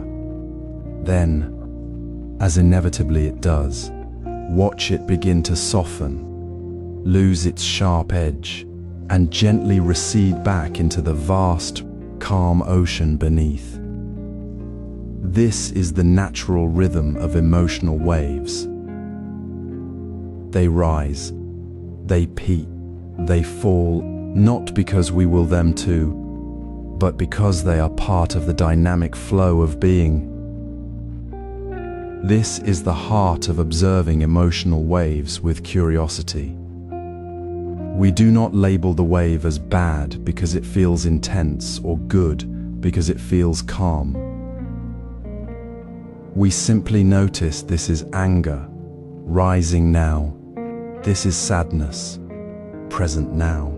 This is joy, bright now. We see the wave's intensity change, not as a problem to solve, but as a natural phenomenon to understand. The frantic effort to hold the wave at its peak, to force it to stay or to vanish instantly, is the source of our suffering. It is the need to control the flow that creates the storm within. When we release that need, we step out of the struggle. We realize the wave is not us. It is a temporary condition within the larger ocean of awareness. The calm beneath the surface remains untouched by the wave's passage. This simple shift transforms our relationship with emotion. Instead of being swept away by the wave, we become the shore that witnesses it. The intense heat of anger, the sharp sting of hurt, the heavy weight of sorrow, they still arise, but they no longer feel like personal attacks or absolute truths. They become data, a current moment to be observed, not a command to be obeyed. This is how emotional experience becomes wisdom. We learn, not through intellectual understanding, but through direct, embodied observation that emotions are impermanent, not personal, and ultimately harmless in their natural course. We see the truth of their fleeting nature. So, take a moment now. Notice the next feeling that arises within you, perhaps a flicker of irritation, a wave of anxiety. Gently place your attention on it, like observing a leaf floating on a stream. Do not chase it. Do not judge it. Simply see it rise. Feel its texture. Notice how it changes, even if subtly, as you hold it with this soft, curious awareness. Let it flow without resistance. Feel the release that comes from not fighting the current. This is the practice, to meet every emotional wave not as an enemy to conquer, but as a natural part of the vast sea within us, flowing with its own rhythm, teaching us the depth of our own stillness. This deeper emotional awareness, this capacity to observe the flow without being pulled under, naturally extends to mindful pauses in complex situations. It becomes the foundation for responding with clear, compassionate action, not from a place of reactivity, but from the deep well of understanding we have cultivated within. Imagine the sudden sting of a sharp word in a meeting, the familiar heat rising in your chest, the instinct to fire back instantly. This is the moment where the old habit takes over. But now, with the foundation of mindful witnessing we cultivated in the previous chapter, we step into a deeper practice. It is not about suppressing the feeling or forcing calm. It is about consciously creating a pause within the storm itself. This pause is not empty space. It is a fertile field of awareness where the automatic reaction dissolves, revealing a choice. Notice the subtle shift before the words are spoken. See the tightening around the eyes, the slight shift in posture, the micro-expression of frustration before the words land. This is the critical moment we learn to see. We don't judge the expression. We simply notice it, like observing a cloud drift across the sky. We see the anger in the other person, not as a personal attack upon us, but as a wave of emotion passing through them. This awareness, this noticing of the micro-expression, creates the essential space. It interrupts the automatic chain. They said that, "I am hurt. I must defend myself now." In this space, we release the urgent need for an immediate response. The pressure to be right, to fix it, to prove a point. It dissolves like mist in morning light. We breathe. We feel the physical sensation of tension in our shoulders. Acknowledge it without fighting it, and simply allow the moment to hold. This is not passivity. It is profound presence. It is the deep breath taken before speaking, the slight hesitation before typing that angry email. In this pause, we realize the truth. The words belong to the speaker. The reaction belongs to us, and we hold the power to choose our response. The reactive behavior, the snap, the harsh tone, the withdrawal transforms into a conscious choice, a calm question, a gentle acknowledgement, a simple pause to say, "I need a moment to understand this." This is the advanced practice. It is not easy.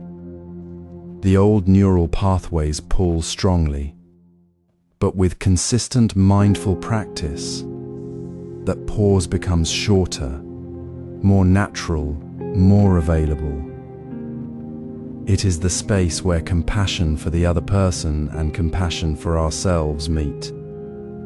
We see the pain behind the sharp words, and we see our own reaction without being consumed by it. We respond not from the place of wounded ego, but from the clear center of awareness we have cultivated. So, in your next challenging interaction, practice this. Notice the micro-expression, the flicker of anger, the edge in the voice before you react. Feel the urge to speak, and then pause. Take one slow breath. Feel the space between the words and your response. Notice the tension, acknowledge it, and then choose your next step with clarity, not reaction. This single breath, this single pause, is the bridge from suffering to wisdom. With advanced pause practice, We can observe judgment without becoming it. Imagine a moment when a colleague's sharp comment stings. Your chest tightens, and the thought arises, "They're targeting me." This is the familiar tug of personalization. We've practiced witnessing emotions as passing waves and creating mindful pauses within reactions. Now, we deepen this by observing complex interactions not through the lens of judgment but with pure, open awareness. The key lies in seeing relationships as they are, without the mental labels we habitually attach. When we label someone as angry or selfish, we instantly make their words about us, weaving a personal narrative that tightens the heart. Judgment creates this personalization. It's the mental thread we pull that binds the other person's action directly to our own sense of self. The practice here is not to suppress the reaction, but to gently notice the moment judgment arises. See how it shapes the story. They meant to hurt me. Then, release the need to understand their hidden motives. We cannot know another's mind, and seeking to do so fuels stress. Instead, soften the focus. Observe the words, the tone, the situation, as if watching clouds drift across the sky, present, changing, without assigning meaning to the movement. Consider a traditional tea ceremony. A student carefully pours tea, but the vessel slips, spilling a drop. The teacher, observing this, does not react with surprise or judgment. They do not think he is clumsy or he is careless.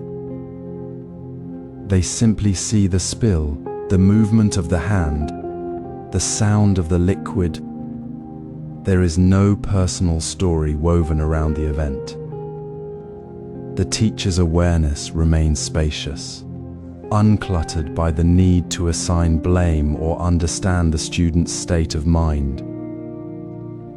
The spill is simply part of the moment, observed without friction. This is the spacious awareness we cultivate. It is not indifference, it is clarity. In our modern lives, this might be a tense team meeting. A manager speaks curtly. Instead of thinking they are frustrated with me or they don't respect my work, we notice the words and the tone. We see the situation unfolding without the automatic personalization. We observe the energy in the room, the words exchanged, the shared space. We do not need to know why they spoke that way. We simply rest in the observation. This releases the tight grip of needing to understand, to justify, to defend. It creates space where clarity can arise naturally. So, in your next interaction, when a word or gesture feels pointed, pause. Notice the tightness in your chest. Then, gently ask, am I adding a label? Am I making this about me? See the other person's words as a simple sound, a gesture as a movement without the story. Feel the spaciousness that opens when you stop trying to dissect the motive. This is not passive, it is active, clear seeing. It is the quiet strength that comes from not taking the world as a personal attack. It is the foundation for responding with wisdom, not reacting from fear. This spacious awareness allows us to anchor in the present even during intense moments. Imagine the world feels like a storm raging around you. A difficult message arrives. A conversation spirals. The noise of life presses in. Your instinct might be to tighten, to pull away, to seek calm outside yourself. But what if the calm isn't out there to be found? What if it's already here, within the very heart of the storm? This is the essence of anchoring in the heart of chaos. It's not about stopping the storm, but finding stillness within its very center. The practice begins not with grand gestures, but with the simplest, most immediate sensation, your own body. When overwhelming situations arise, instead of chasing a quiet mind or a peaceful environment, turn your attention inward. Notice the feeling of your feet on the floor, the gentle rise and fall of your chest with each breath, the subtle weight of your hands resting. These are your anchors, solid and present right now. They exist regardless of the external turmoil. The storm may rage outside your window, but your feet remain grounded. Your breath continues, steady and reliable. This is not about ignoring the chaos. It's about meeting it with an unshakable point of reference within yourself. You are not the storm, you are the calm space where the storm moves through. Consider the ancient Zen master walking home during a fierce thunderstorm. Rain lashed the streets. Wind howled, lightning flashed. A disciple, soaked and shivering, ran up to him, asking why the master seemed so undisturbed. The master simply said, "I am drinking tea."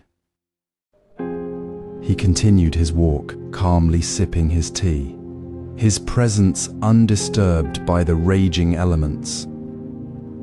He wasn't denying the storm, he was anchored in his own center, his attention fully present with his simple act of drinking. The storm was real, but it didn't claim his inner peace.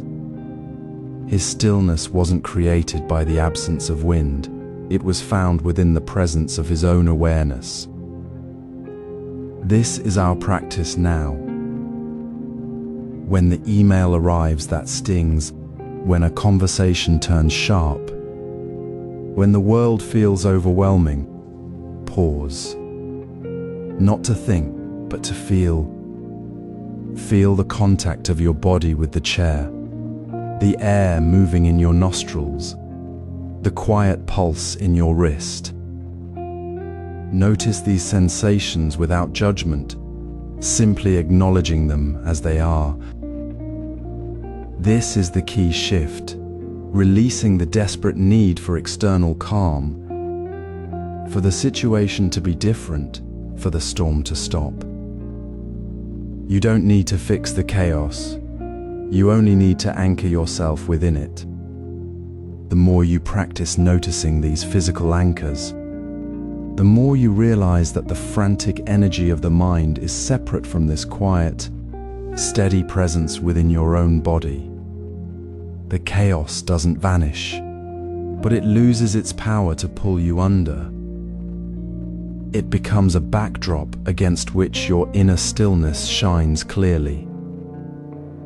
The noise of the world recedes, not because it's quieter, but because you are no longer caught in its current. You are the still water beneath the rushing river. This deep anchoring prepares us to release expectations with greater ease. We carried the calm anchor of spacious observation into the midst of daily life, feeling the ground beneath us even when the world felt unstable. Now we deepen that practice, moving beyond the surface of what we observe to the very source of our reaction. The hurt we feel when words cut deep, or situations go against our wishes isn't truly about the other person or the event itself. It arises from a momentary identification. We mistake the fleeting thought of me for a solid, permanent self that has been attacked. This is the ego's illusion, a temporary mental construct we've mistaken for our true nature. It's like mistaking a reflection in a still pond for the actual fish swimming beneath the surface. Imagine standing by a clear riverbank. A leaf drifts onto the water's surface. You might see the leaf and think, "That leaf is mine. It belongs to me," and feel upset if the current carries it away. But the leaf is simply a leaf on the water. It has no inherent connection to you. The disturbance comes only from your thought that it is yours.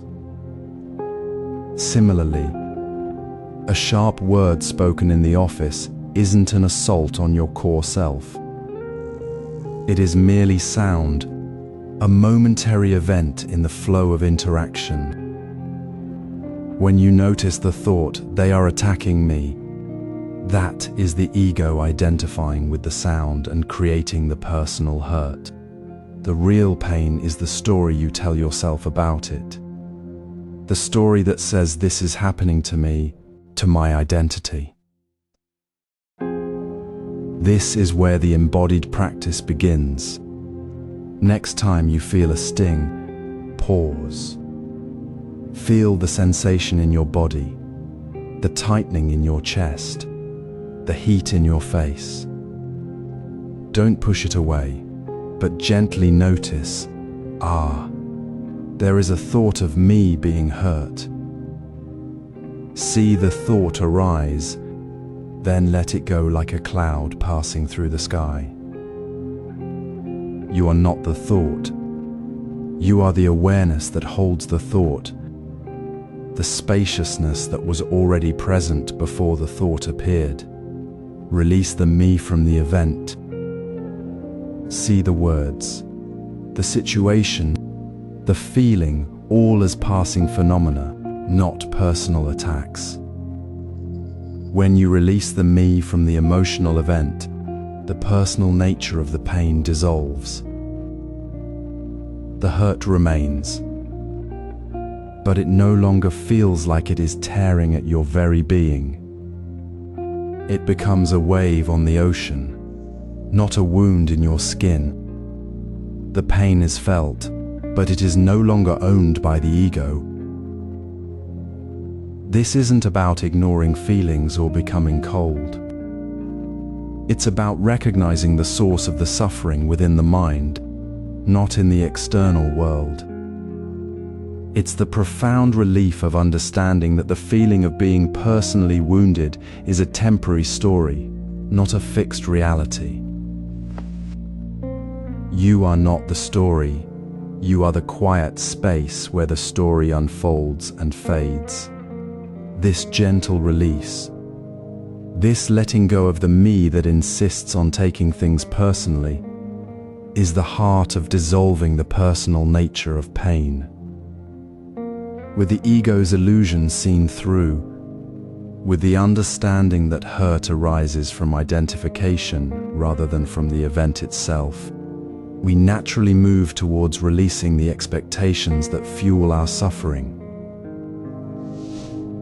The ground of calm we've anchored in, the spacious awareness we've cultivated, now holds the space for letting go of what we thought had to be a certain way. We release expectations not with resistance, but with the quiet ease of knowing they were never real to begin with. As we continue our journey within the stillness we cultivated in the chaos, notice how expectations, those quiet but insistent demands we place upon ourselves and the world, begin to tighten like a coiled rope around your shoulders. You might not see it, but the very act of expecting a certain outcome, a specific reaction, or a particular feeling creates a subtle tension within your body, it's not the event itself that causes the strain, but the unseen chain you forge between that event and your sense of self. This tension is the friction of the ego clinging to a vision of how things should be. It's the tightness in your jaw when a meeting doesn't go as planned, the knot in your stomach when someone doesn't respond quickly, the quiet frustration when a task isn't completed perfectly. These are the physical signatures of expectations binding you. In Zen practice, we don't fight this tension.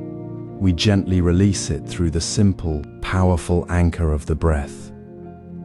Sit quietly now, feeling the natural rise and fall of your chest. Breathe in, noticing any tightness. Breathe out, and with that out breath, consciously release the weight of the expectation you're holding. Don't force it away. Simply allow the tension to soften as the air leaves your lungs. Breathe in, acknowledging the thought of "it should be this way."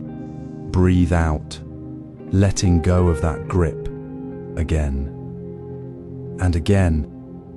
Each exhale is a loosening of the mental chain. This isn't about denying what you want. It's about releasing the suffering that comes from demanding it must be so. Imagine a tea ceremony master preparing a simple bowl of matcha.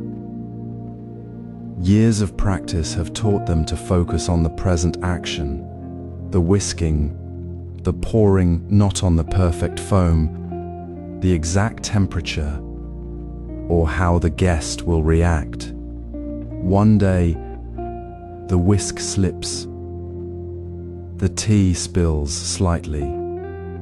The master doesn't flinch, doesn't tense with disappointment. They simply set the whisk down, wipe the spill, and continue the next step with the same calm attention. The expectation of perfect tea was a chain. The spill released it.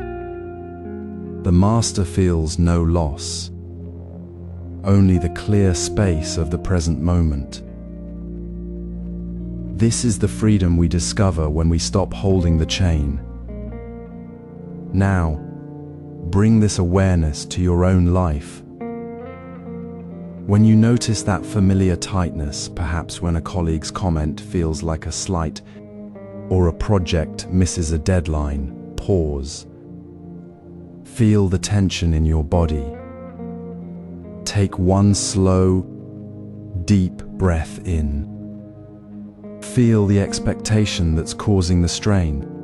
Now, breathe out slowly, completely, releasing that specific expectation with your breath.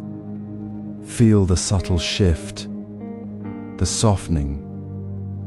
This is not passive acceptance, it's an active release of the mental grip. Notice the lightness that follows. The stress, which felt heavy and solid, dissolves into a gentle ease. The world doesn't change, but your relationship to it does. You stand in the moment, unburdened, observing events as they are, not as you demanded they be. This transformation from tension to lightness is the very essence of releasing expectations. It's not about having fewer desires. It's about walking through the world without the heavy chains of should and must. And when this lightness settles deep within you, something profound happens naturally. You begin to observe others' words, their judgments, their opinions, not as personal attacks, but as passing clouds in the sky of their own experience. The grip is released, and with it, the need to take it personally. This lightness becomes your steady ground. Imagine the quiet space between thoughts, where opinions drift like clouds across a vast sky. You notice them, you see their shape and color, but you do not become the cloud. This is the heart of seeing opinions as passing clouds. They arise, They change. they dissolve, leaving the sky untouched. When you recognize this, the grip of needing to defend or refute loosens.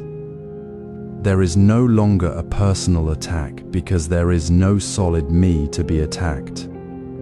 The words of others are simply sound and meaning, temporary phenomena moving through the field of awareness. Consider the old Zen story of the monk walking through a village.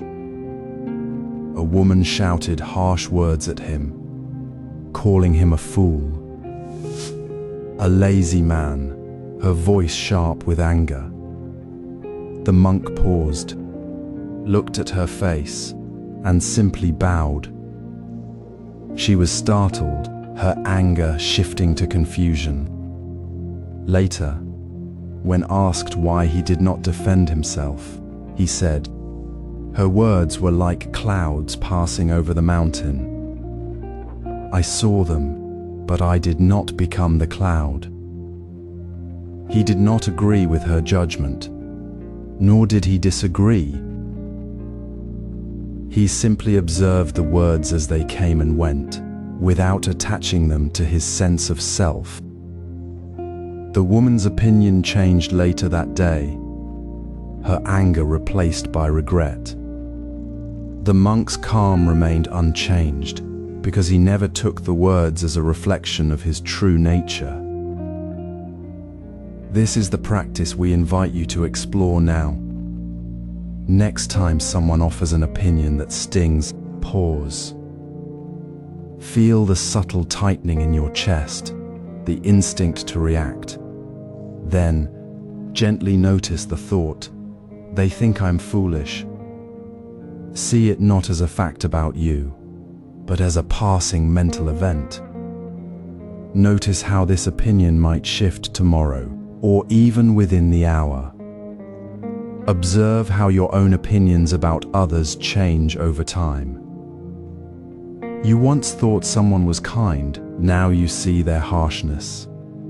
You once felt certain about a belief, now it feels different. This shows the impermanent nature of all opinions, including your own. When you see this, the need to agree or disagree fades. You release the burden of having to be right or to prove you're not wrong. You simply allow the opinion to be there, like a cloud, without letting it settle in your heart. This releases the emotional charge, the tightness, the sense of being wounded. You are free from the weight of external judgment because you see it for what it is, a temporary sound, not a permanent truth about you.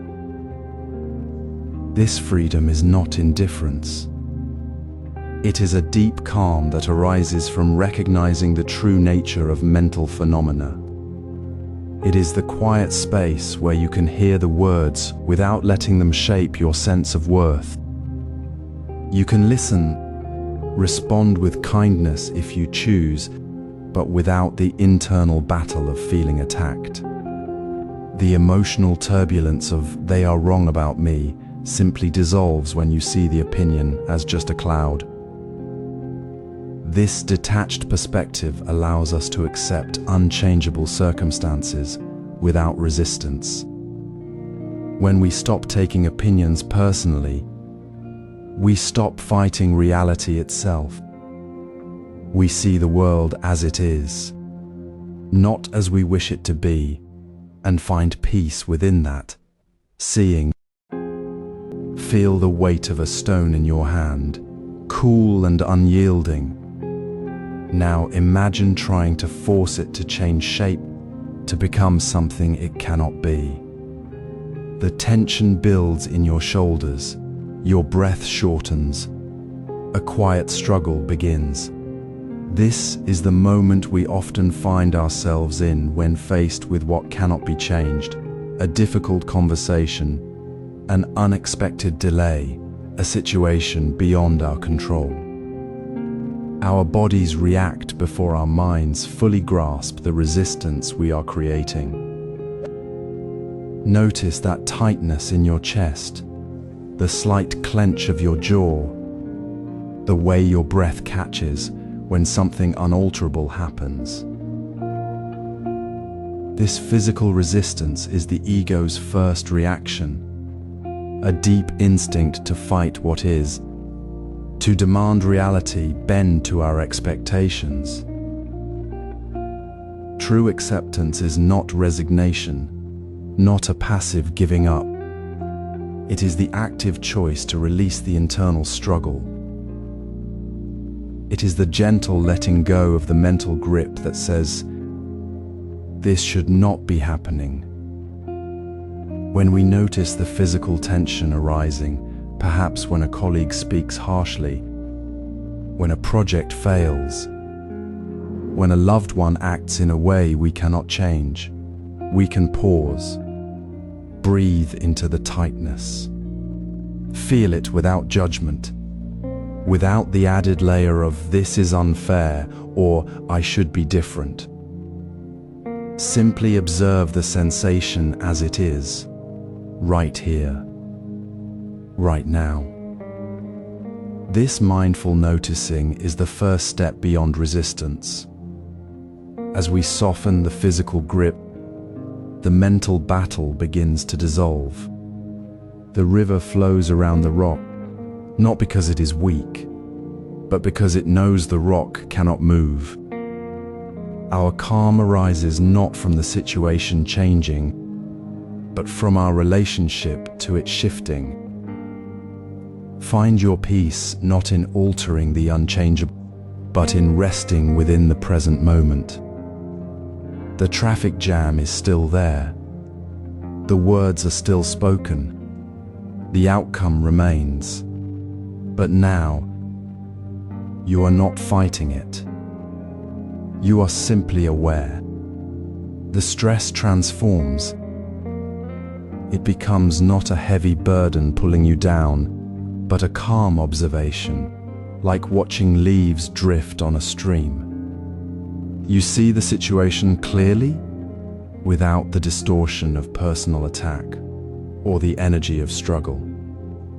You feel the warmth of the sun on your skin, the steady rhythm of your breath, the quiet space within you that remains untouched by the external event. This is the peace of acceptance. It is not the absence of difficulty, but the presence of deep calm within it. The struggle releases, and in that release, you discover a profound stillness. Reflect on your own experience now. When have you felt that physical tension rise, perhaps when a plan fell apart, or when someone said something that stung? Can you recall the tightness in your body, the way your mind raced to fix it? Now, bring that memory into this very moment. Feel the sensation in your body as you read these words. Breathe into it gently. Do not try to push it away. Simply acknowledge it. This is tension. This is resistance.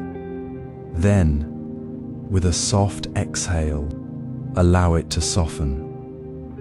Feel the space that opens up when you stop fighting what is. This is the practice. It is simple, yet it transforms the very ground of your experience. You are no longer at war with reality. You are resting within it.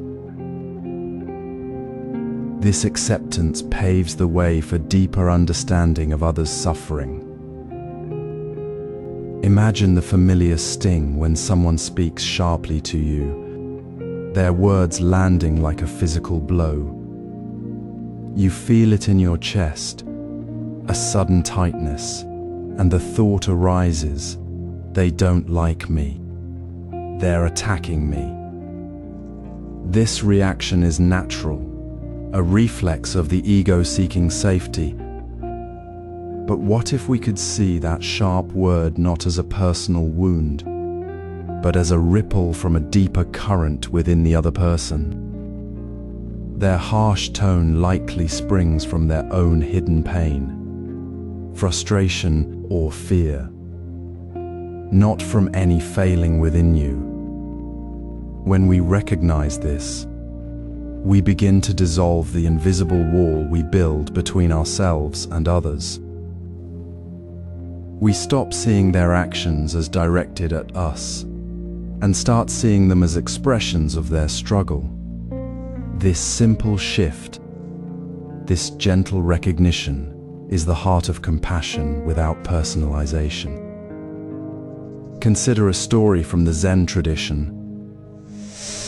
A master was walking through the village when a young man, visibly angry, shouted insults at him. The master paused, looked at the young man with calm eyes, and simply said, "You seem to be carrying a heavy burden today." The young man, startled, stopped shouting, his anger dissolving into confusion and then a quiet shame. The master did not take the insults personally. He did not react with defensiveness or anger. Instead, he saw the young man's pain, his own inner turmoil reflected in the harsh words.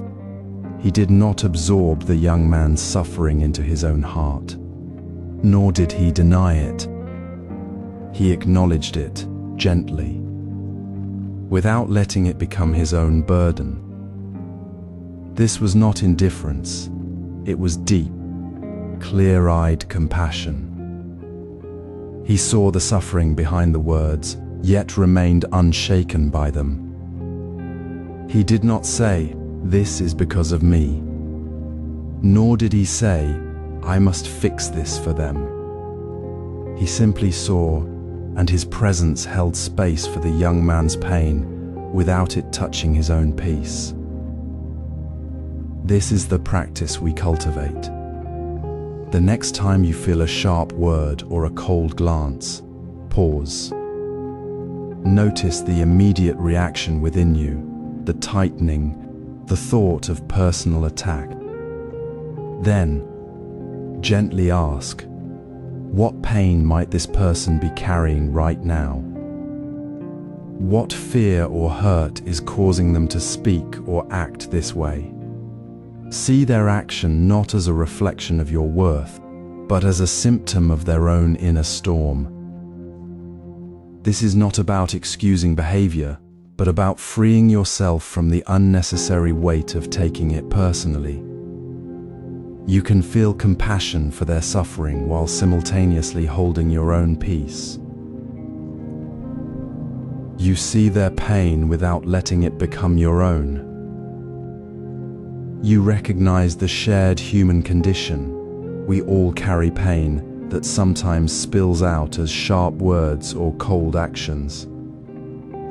This recognition dissolves the old story of us versus them, the deep-seated division that fuels so much conflict. There is no them to fight against. There is only the shared human experience of suffering, seen clearly without the filter of personal offense. So practice this today. When a colleague seems distant or a friend speaks too quickly, pause. Feel the automatic sting, then gently shift your perspective. Their distance, their sharpness, comes from their own place of pain, not from anything I've done. See it clearly, with kindness, without letting it take root in your own heart. This simple act of seeing without personalizing is a profound act of liberation. It releases the tension you carry unnecessarily and opens your heart to genuine connection. As we release the need to take things personally, we naturally see that relationship changes are not attacks, but simply the natural flow of human interaction, reflecting the changing currents within each person. This gentle shift in perception is the foundation for relationships that breathe with ease, without the constant friction of personal offense. Imagine a river flowing through a valley. It carves new paths around rocks, widens in the meadows, slows where the land flattens, and sometimes even divides into smaller streams. It never resists the landscape. It simply moves with the land's contours, responding to every change without complaint or attachment. This is how relationships truly are.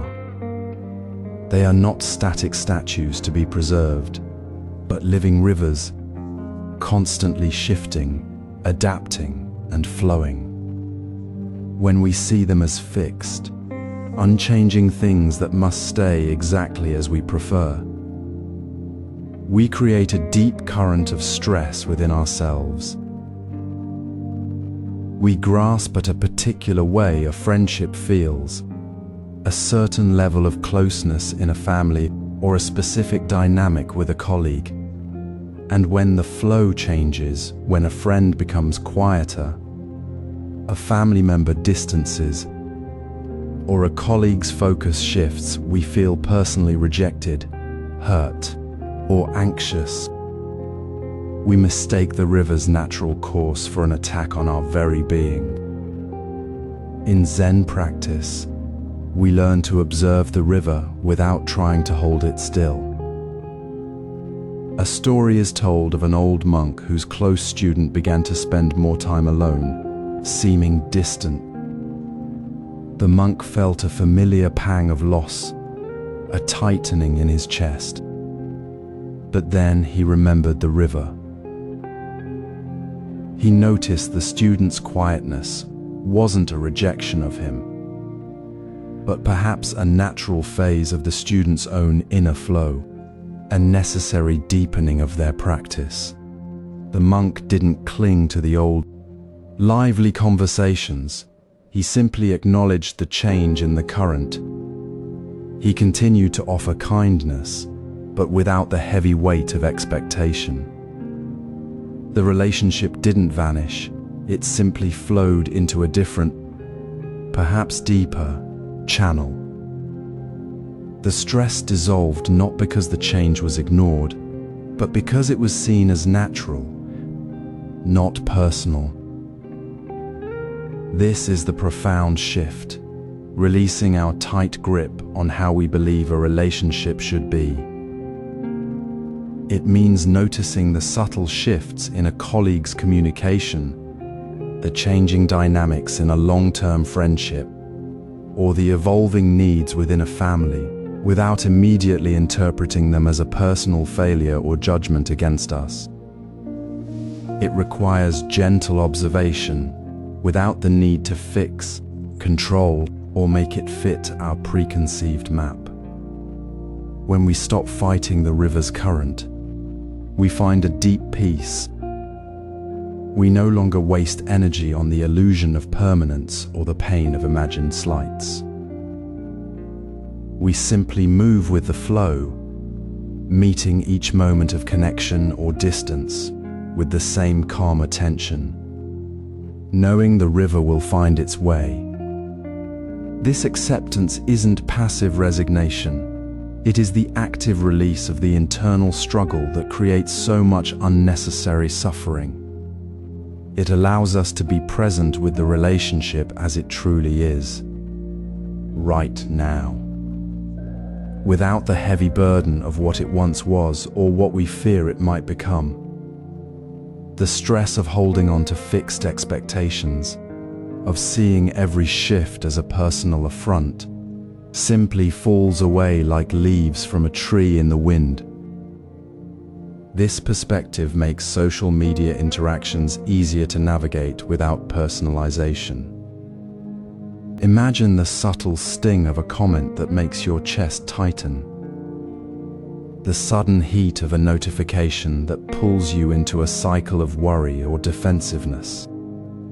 This digital ping, this online ripple, can feel deeply personal, triggering old anxieties as if it were aimed directly at your heart.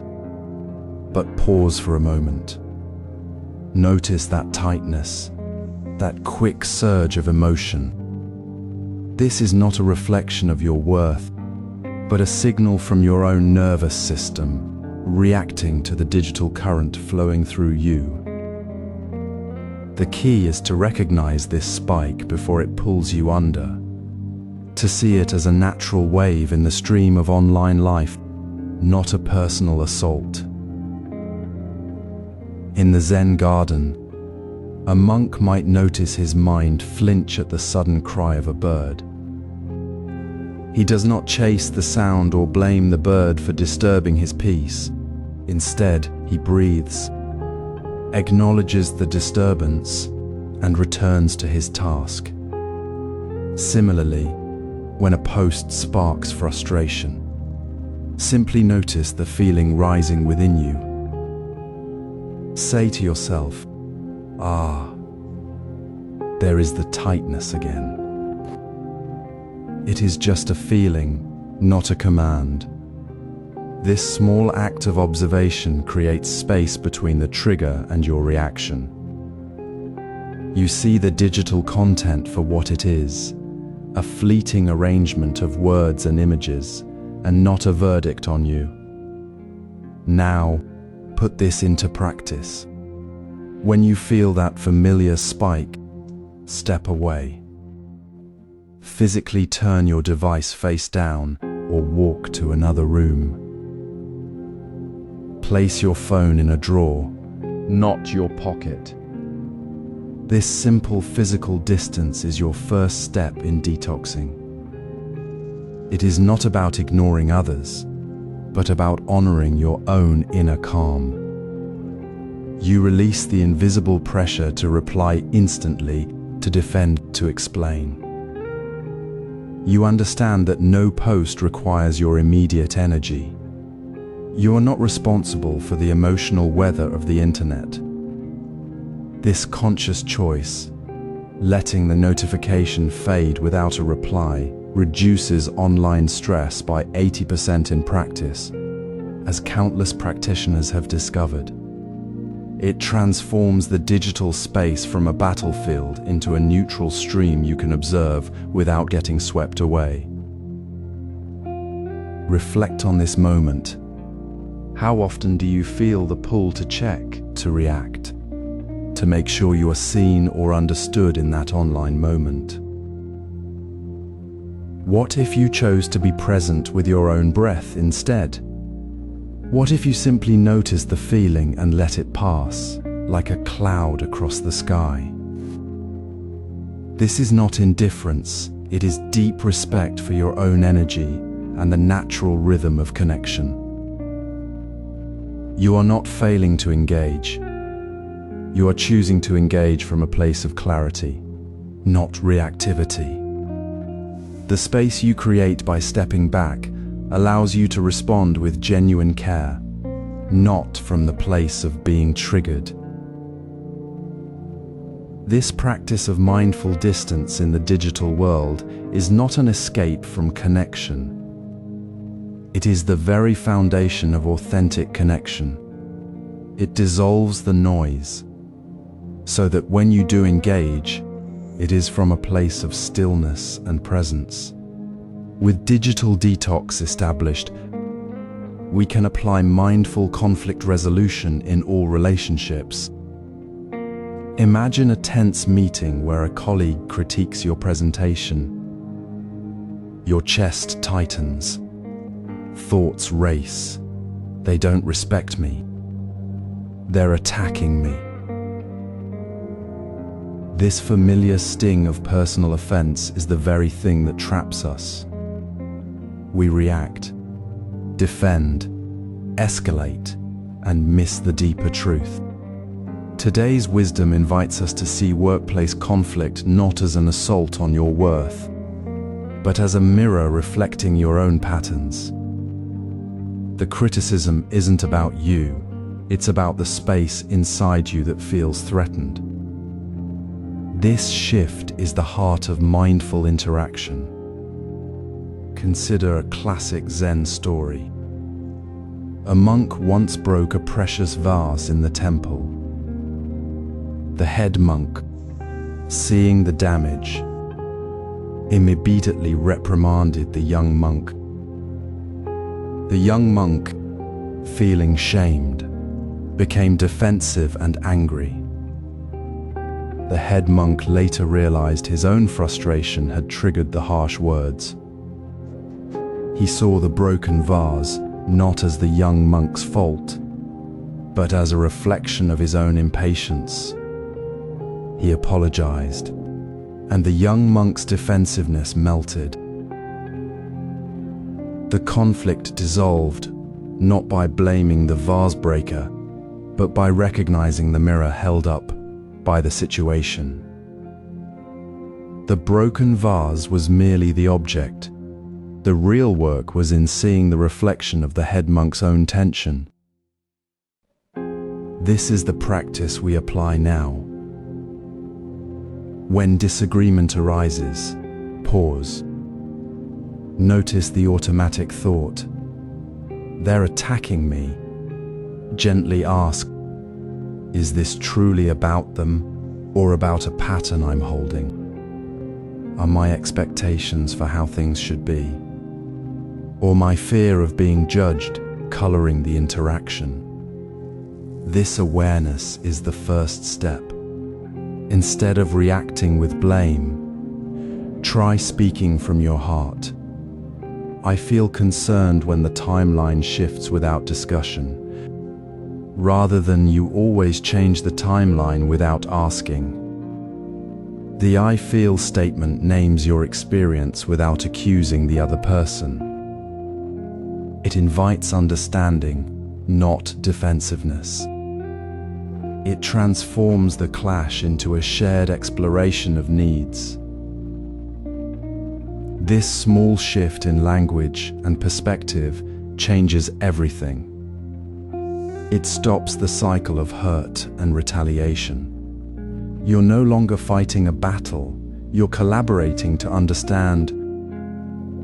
The conflict becomes a shared space for growth, not a personal wound. You see your colleague not as an enemy, but as another human navigating their own pressures, just as you are. The stress of the moment softens because you're no longer personally engaged in the struggle. This mindful practice doesn't mean ignoring problems. It means approaching them with clarity, not clouded by the illusion of personal attack. When you notice yourself taking things personally, take a breath. Feel the tension in your body. Ask, what pattern is this triggering in me? Then, choose to speak from your experience, not your fear. This simple act of non-personalization releases the internal knot that fuels so much modern stress. When conflict becomes a mirror rather than a weapon, the space for true connection opens. You stop hearing words as judgments and start hearing the human behind them. You stop reacting and start responding. This mindful presence, this calm clarity in the midst of friction, naturally leads to deeper listening without personal bias. You hear not just the words, but the unspoken need, the shared desire for understanding. And in that space, the real work of building trust and collaboration begins. When criticism lands, a familiar sting can tighten your chest. Your shoulders rise, and a harsh inner voice begins its familiar critique. This moment, so common yet so painful, holds a profound opportunity. It is here that self-compassion becomes our gentle anchor, dissolving the illusion that the criticism is a direct assault on your very being. Instead of meeting the words with another wave of self-blame, we can choose a different path. Begin by noticing the physical sensation, the tightness in your jaw, the shallow breath, the knot in your stomach. This tension is your body signaling judgment, not a fact about your worth. Gently place a hand on your heart or take one slow, deep breath. Then, replace the inner critic with a phrase of simple kindness.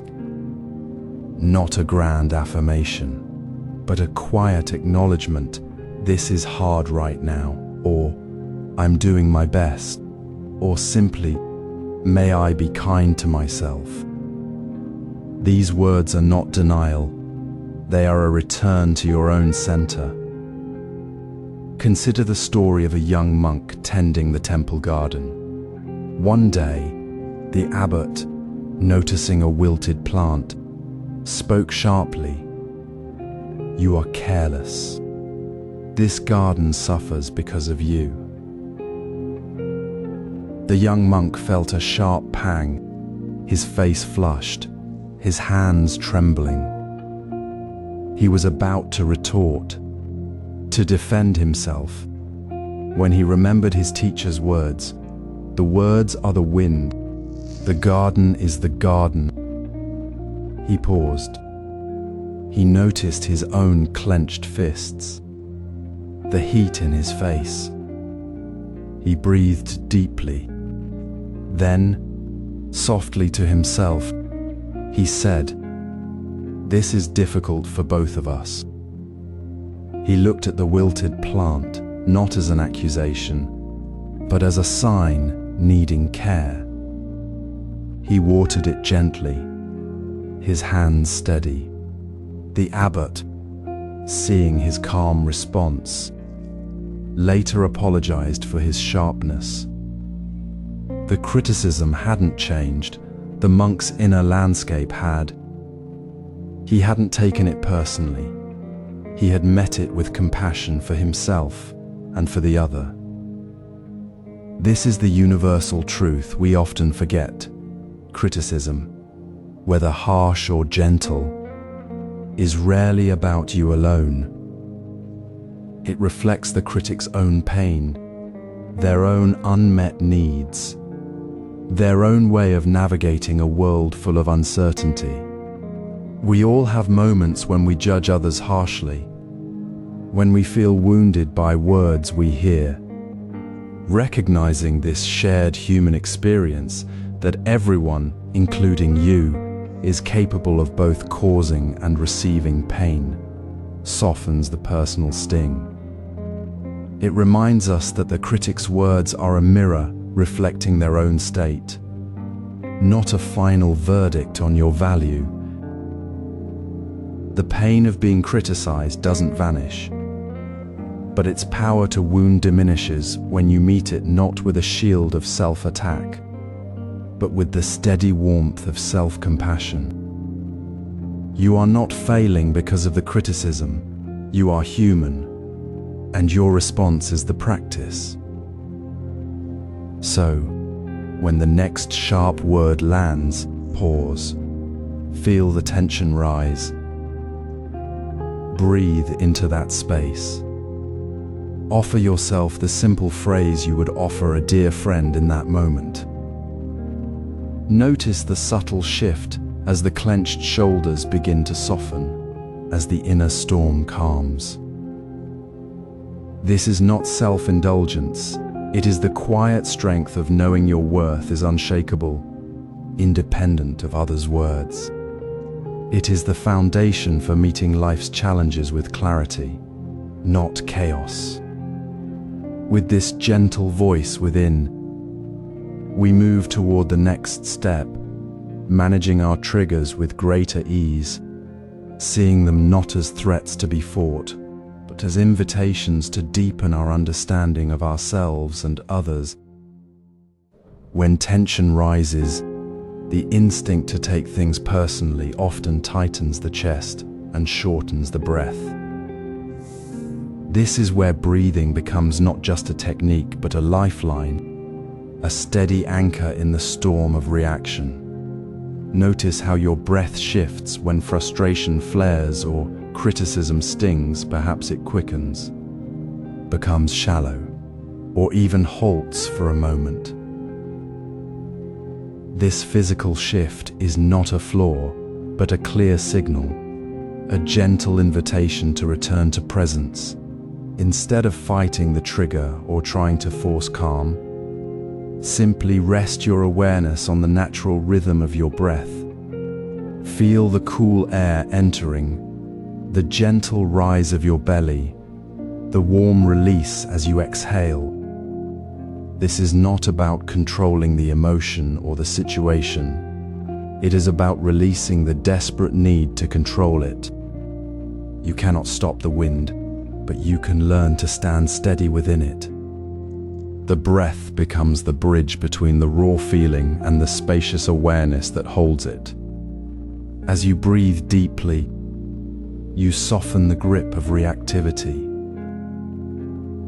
The loud voice in your head, the sharp judgment, begins to lose its power when met with the quiet steadiness of your own breath.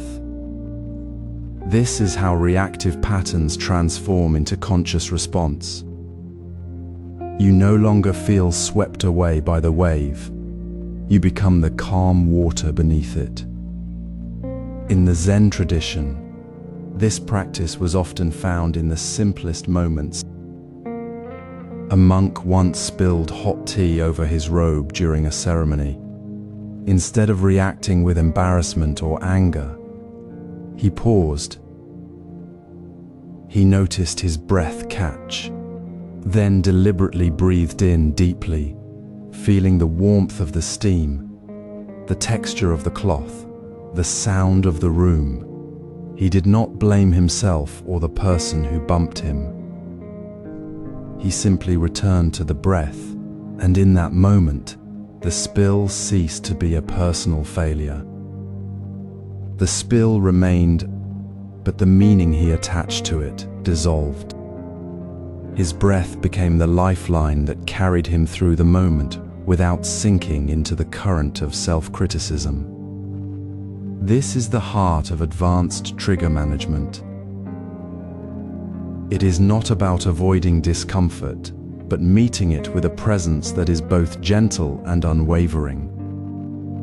Now, take this moment to gently place your awareness on your breath.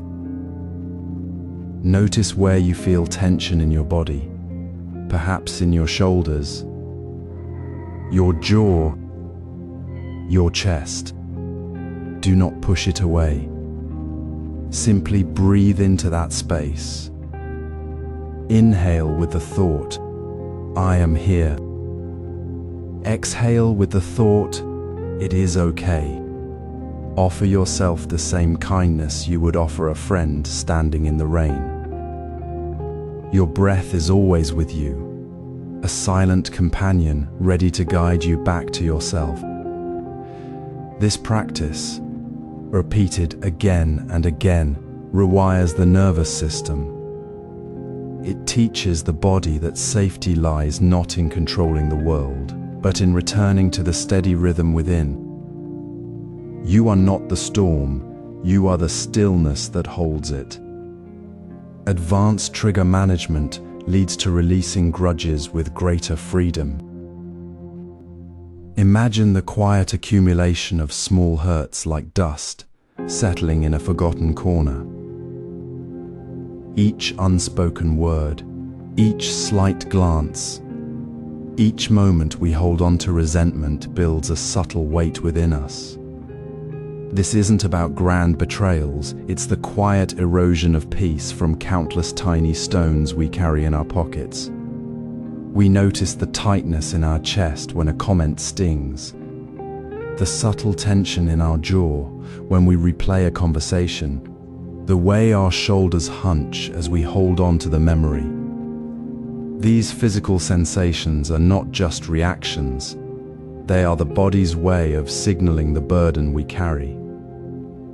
Holding on to resentment is not a defense. It is a slow, internal tightening that prevents us from breathing freely. This is where the ritual of grudge release becomes a profound act of self-kindness. It is not about forgetting or excusing others. It is about consciously choosing to release the weight for our own sake. Set a specific time each day, perhaps as the evening light softens, when you pause to gently acknowledge the small hurts that have gathered. Sit quietly.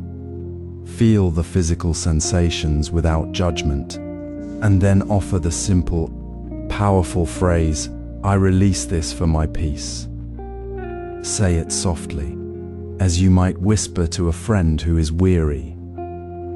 "I release this for my peace." Feel the release as a softening, a letting go of the invisible grip. This is not denial.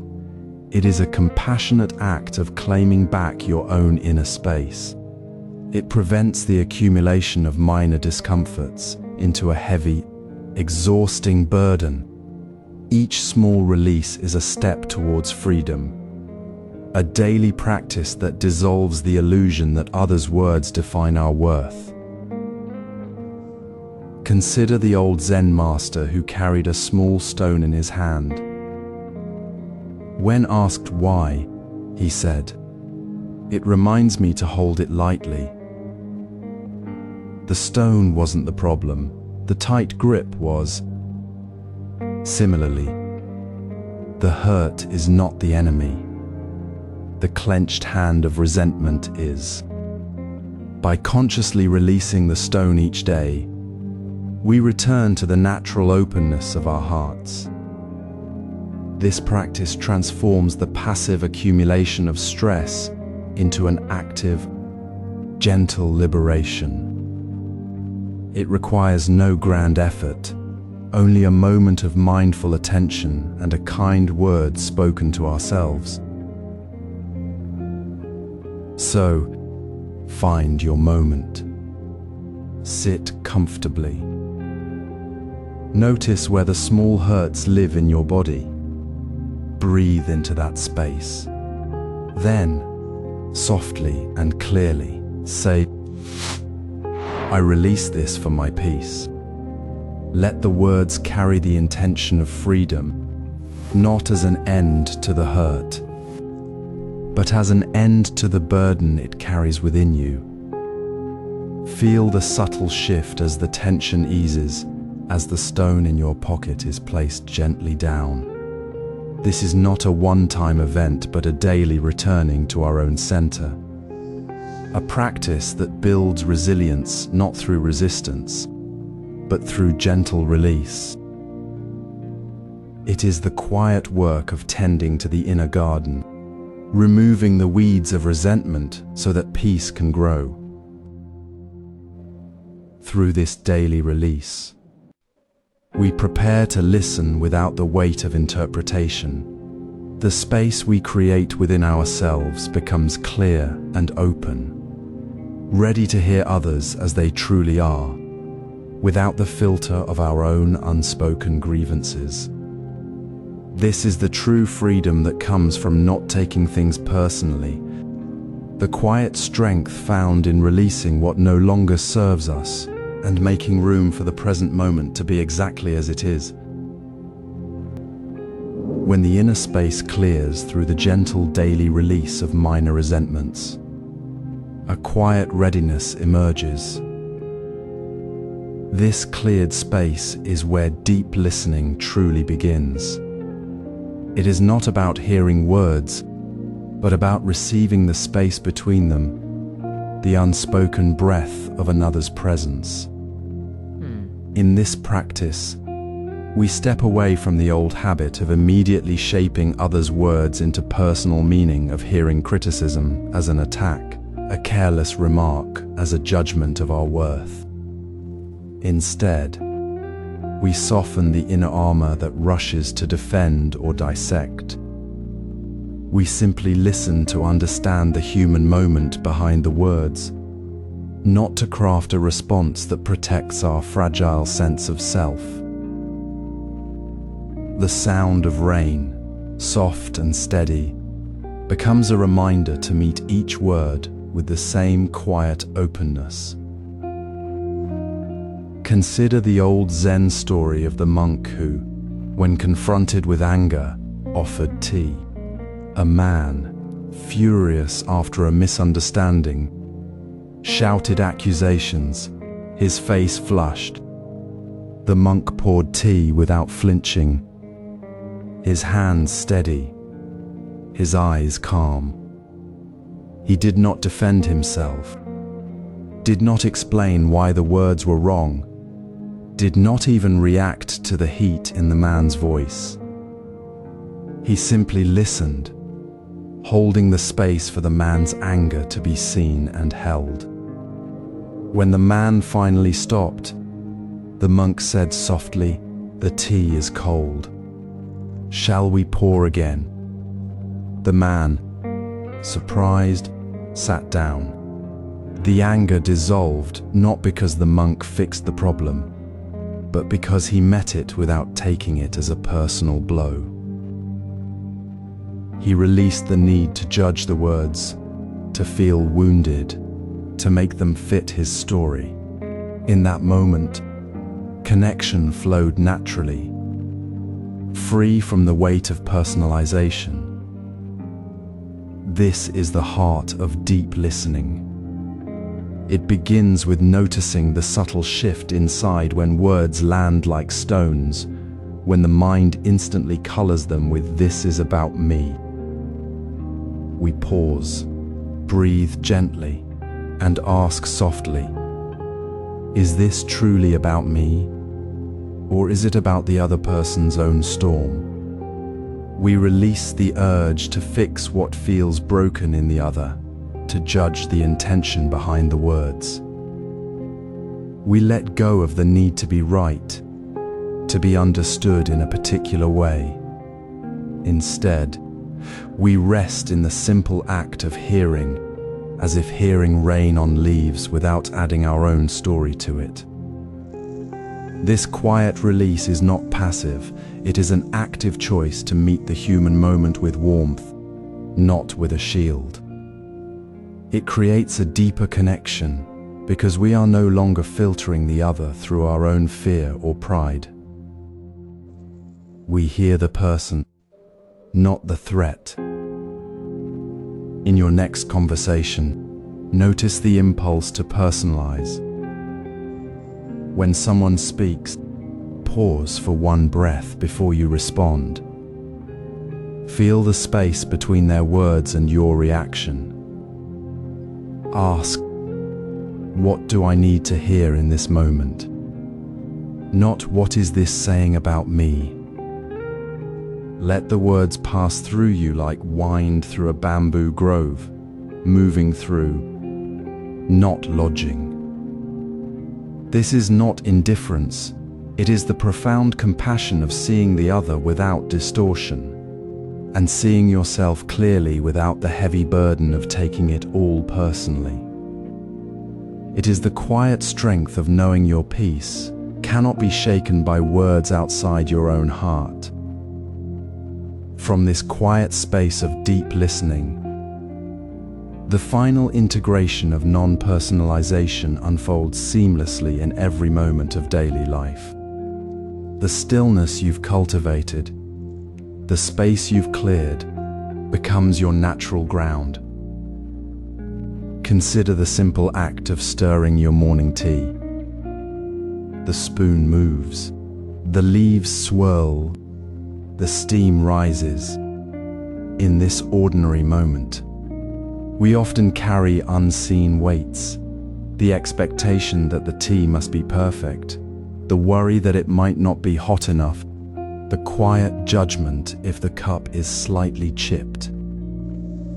We cling to how things should be, and in that clinging, we create friction with the present. True non-attachment isn't indifference. It is the gentle release of the need for a specific outcome, allowing the tea to simply be tea, the moment to simply be this moment. It is noticing when the mind tightens around an expectation and choosing, with a soft breath, to let go. This is not about avoiding effort, but about releasing the invisible chains we bind ourselves with. When you cook a meal, do you cook for the praise you expect, or simply for the act of nourishing? When you send an email, do you linger on how the recipient might judge your words, or do you send it with the quiet confidence that the message is clear and the effort is done? This is the heart of living non-personalization. It transforms the mundane into the sacred. The commute becomes a practice of being present with the rhythm of the road, not the frustration of traffic. The grocery run is a chance to notice the colors of the produce, the texture of the bag, without the inner commentary about what the cashier said. You are not reacting to the world, you are flowing with it. You notice the tightness in your shoulders when a colleague seems distant. But instead of spiraling into "they don't like me," you gently acknowledge the feeling, there is worry, and return to your breathing, to the task at hand. The worry doesn't vanish, but it no longer controls your posture, your words, your entire being. You are no longer personally wounded by the weather, the traffic, or a casual remark. You simply experience the rain, the stop and go, the words as they are, without adding your own story. This practice dissolves the illusion that life is happening to you personally.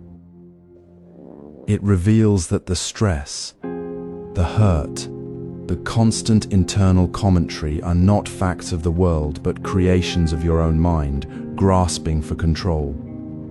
When you release the need for the outcome, the pressure lifts.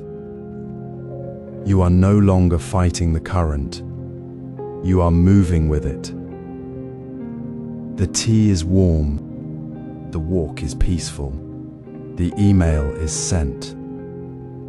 The result is not the point. The practice of being fully here, without the burden of needing it to be otherwise, is the point. This is how non-attachment becomes embodied. It is not a distant ideal. It is the quiet confidence you feel when you realize you are no longer trapped by your own reactions. You are the calm center, not the storm. This embodied practice deepens into silent observation of the mind itself. As the calm stillness cultivated through releasing the need to personalize others' words settles within you, a deeper invitation arises. It is not merely the quiet between interactions, but the quiet within the very center of your own mind. This is the path of silent observation, where we simply notice the river of thoughts without trying to steer it, without grasping at the current, without needing to know where it leads. Imagine a still pond reflecting the sky. Clouds drift across the water, ripples form, yet the pond remains undisturbed at its core. Your mind, in this practice, is that pond. Thoughts arise like clouds, but you are not the cloud. You are the spaciousness holding the cloud. You observe the thought, "This is unfair," without following it down the path of resentment, without chasing its tail into a story of being wronged. You notice the space between that thought and the next one, a quiet pause, like the calm before the next ripple. This space is not empty. it is full of pure awareness, the natural state of the mind before the story begins. Consider the ancient Zen master sitting by a rushing river. A noisy argument happens on the bank.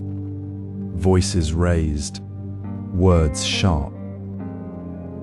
The master does not turn his head, does not react. He simply observes the sound of the argument as he would observe the sound of the river rushing over stones. He hears the words, but he does not take them personally. They are simply sounds passing through the air, like the river's flow. His awareness remains undisturbed, spacious, not caught in the drama. The argument ends, the sound fades, and the river continues its flow, unchanged. The master's stillness was not created by blocking the noise. It was the natural state of his awareness, always present beneath the surface of the mental activity. This is the essence of silent observation, recognizing that thoughts and feelings are phenomena within awareness, not the essence of who you are.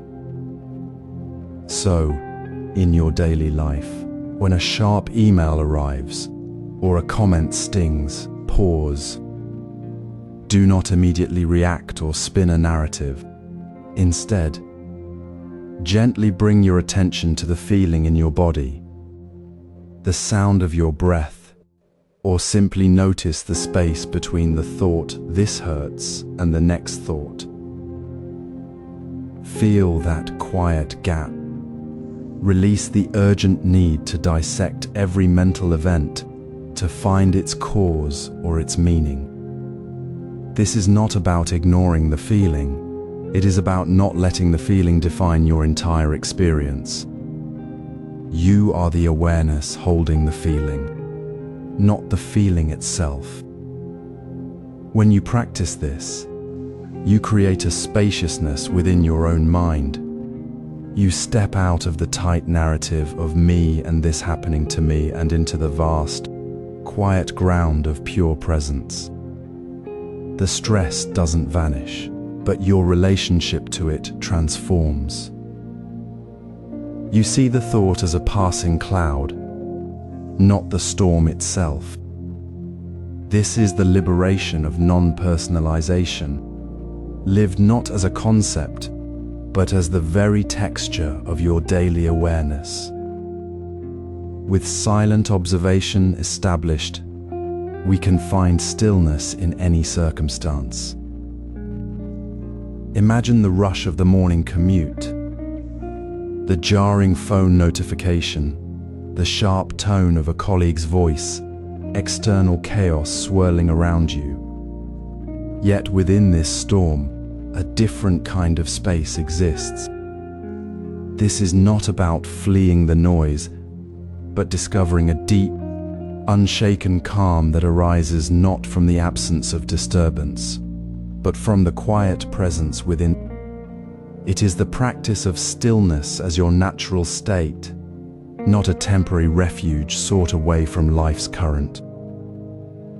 This stillness begins with a simple, gentle awareness of your body in the midst of it all. Notice the weight of your feet on the floor, the gentle rise and fall of your breath, the subtle sensations in your hands resting on a table. These are not distractions, they are anchors, solid points of contact with the present moment. When a comment stings or a situation feels overwhelming, instead of immediately reacting or seeking to silence the inner storm, pause.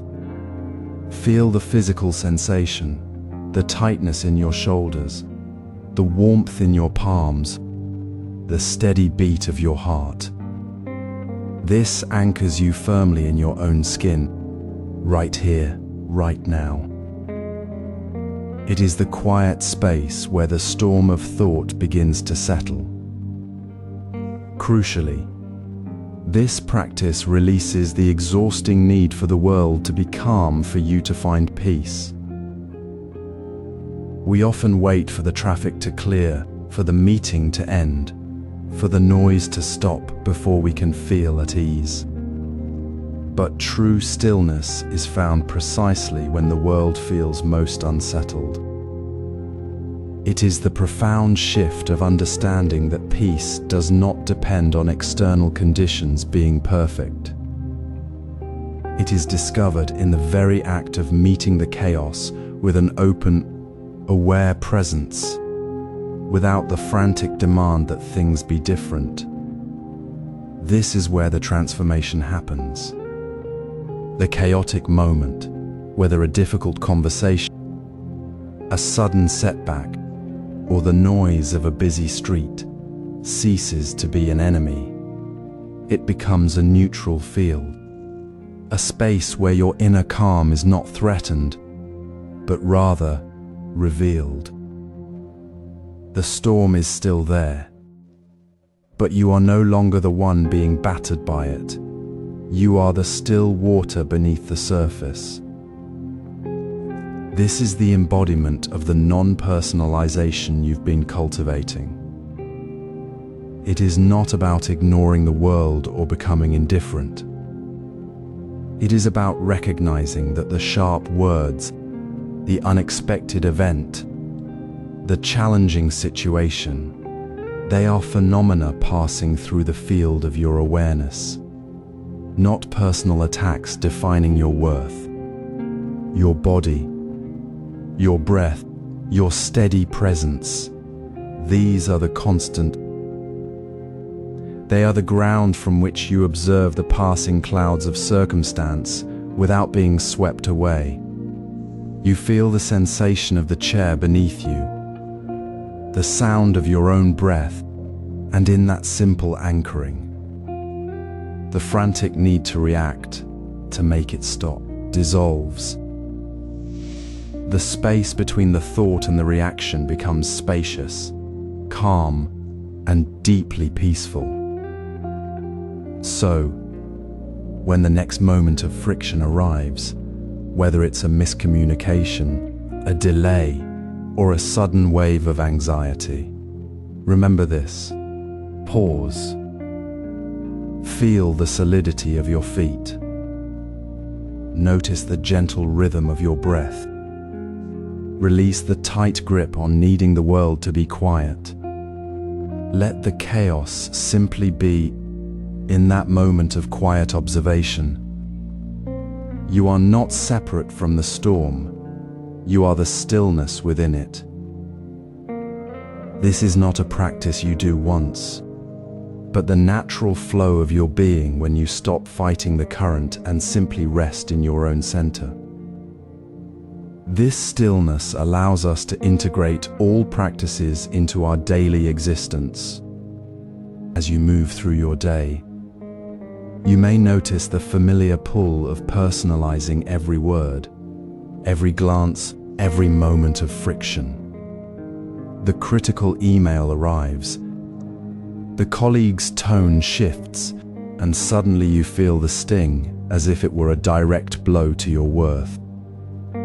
This is where the path we've walked together converges into something quiet and profound. You have learned to observe thoughts like clouds passing through a vast sky, and you have anchored yourself in the steady presence of your body even when the world feels chaotic.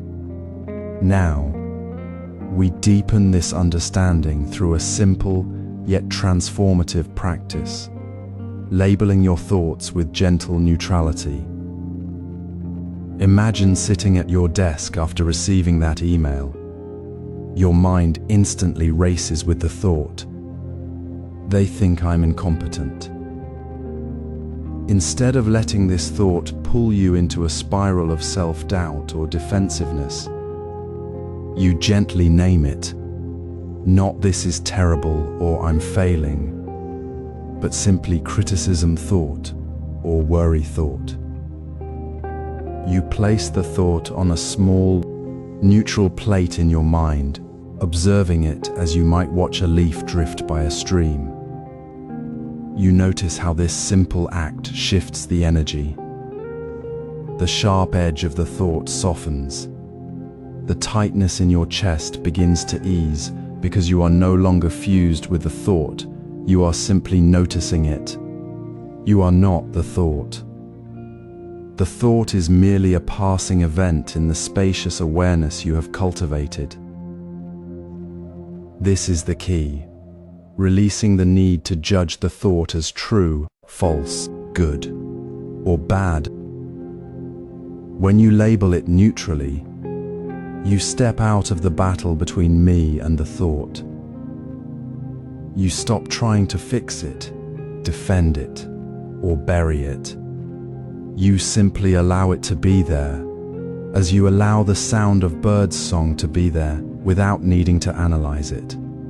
The emotional intensity, often the root of modern stress, dissolves in this space of observation. You feel a quiet relief, a calm that doesn't depend on the situation changing. This calm is not the absence of difficulty, it is the deep, unshakable peace that arises when you stop making the situation personal. Try this now as you breathe.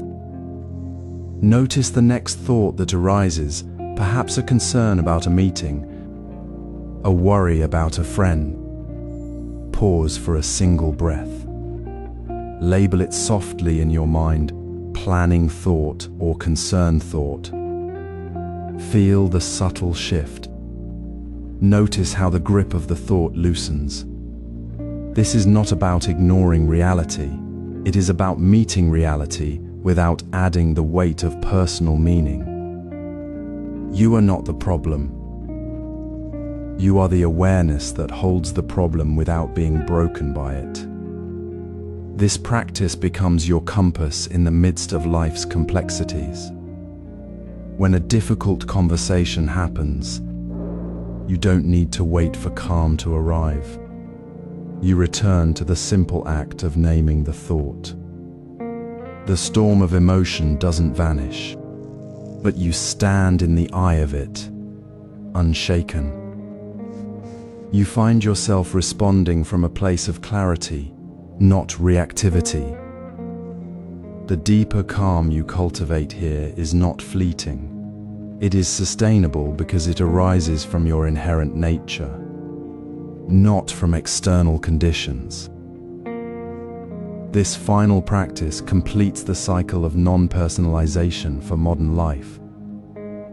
You have learned to witness without fusion, to ground within your body, and now to label with neutrality.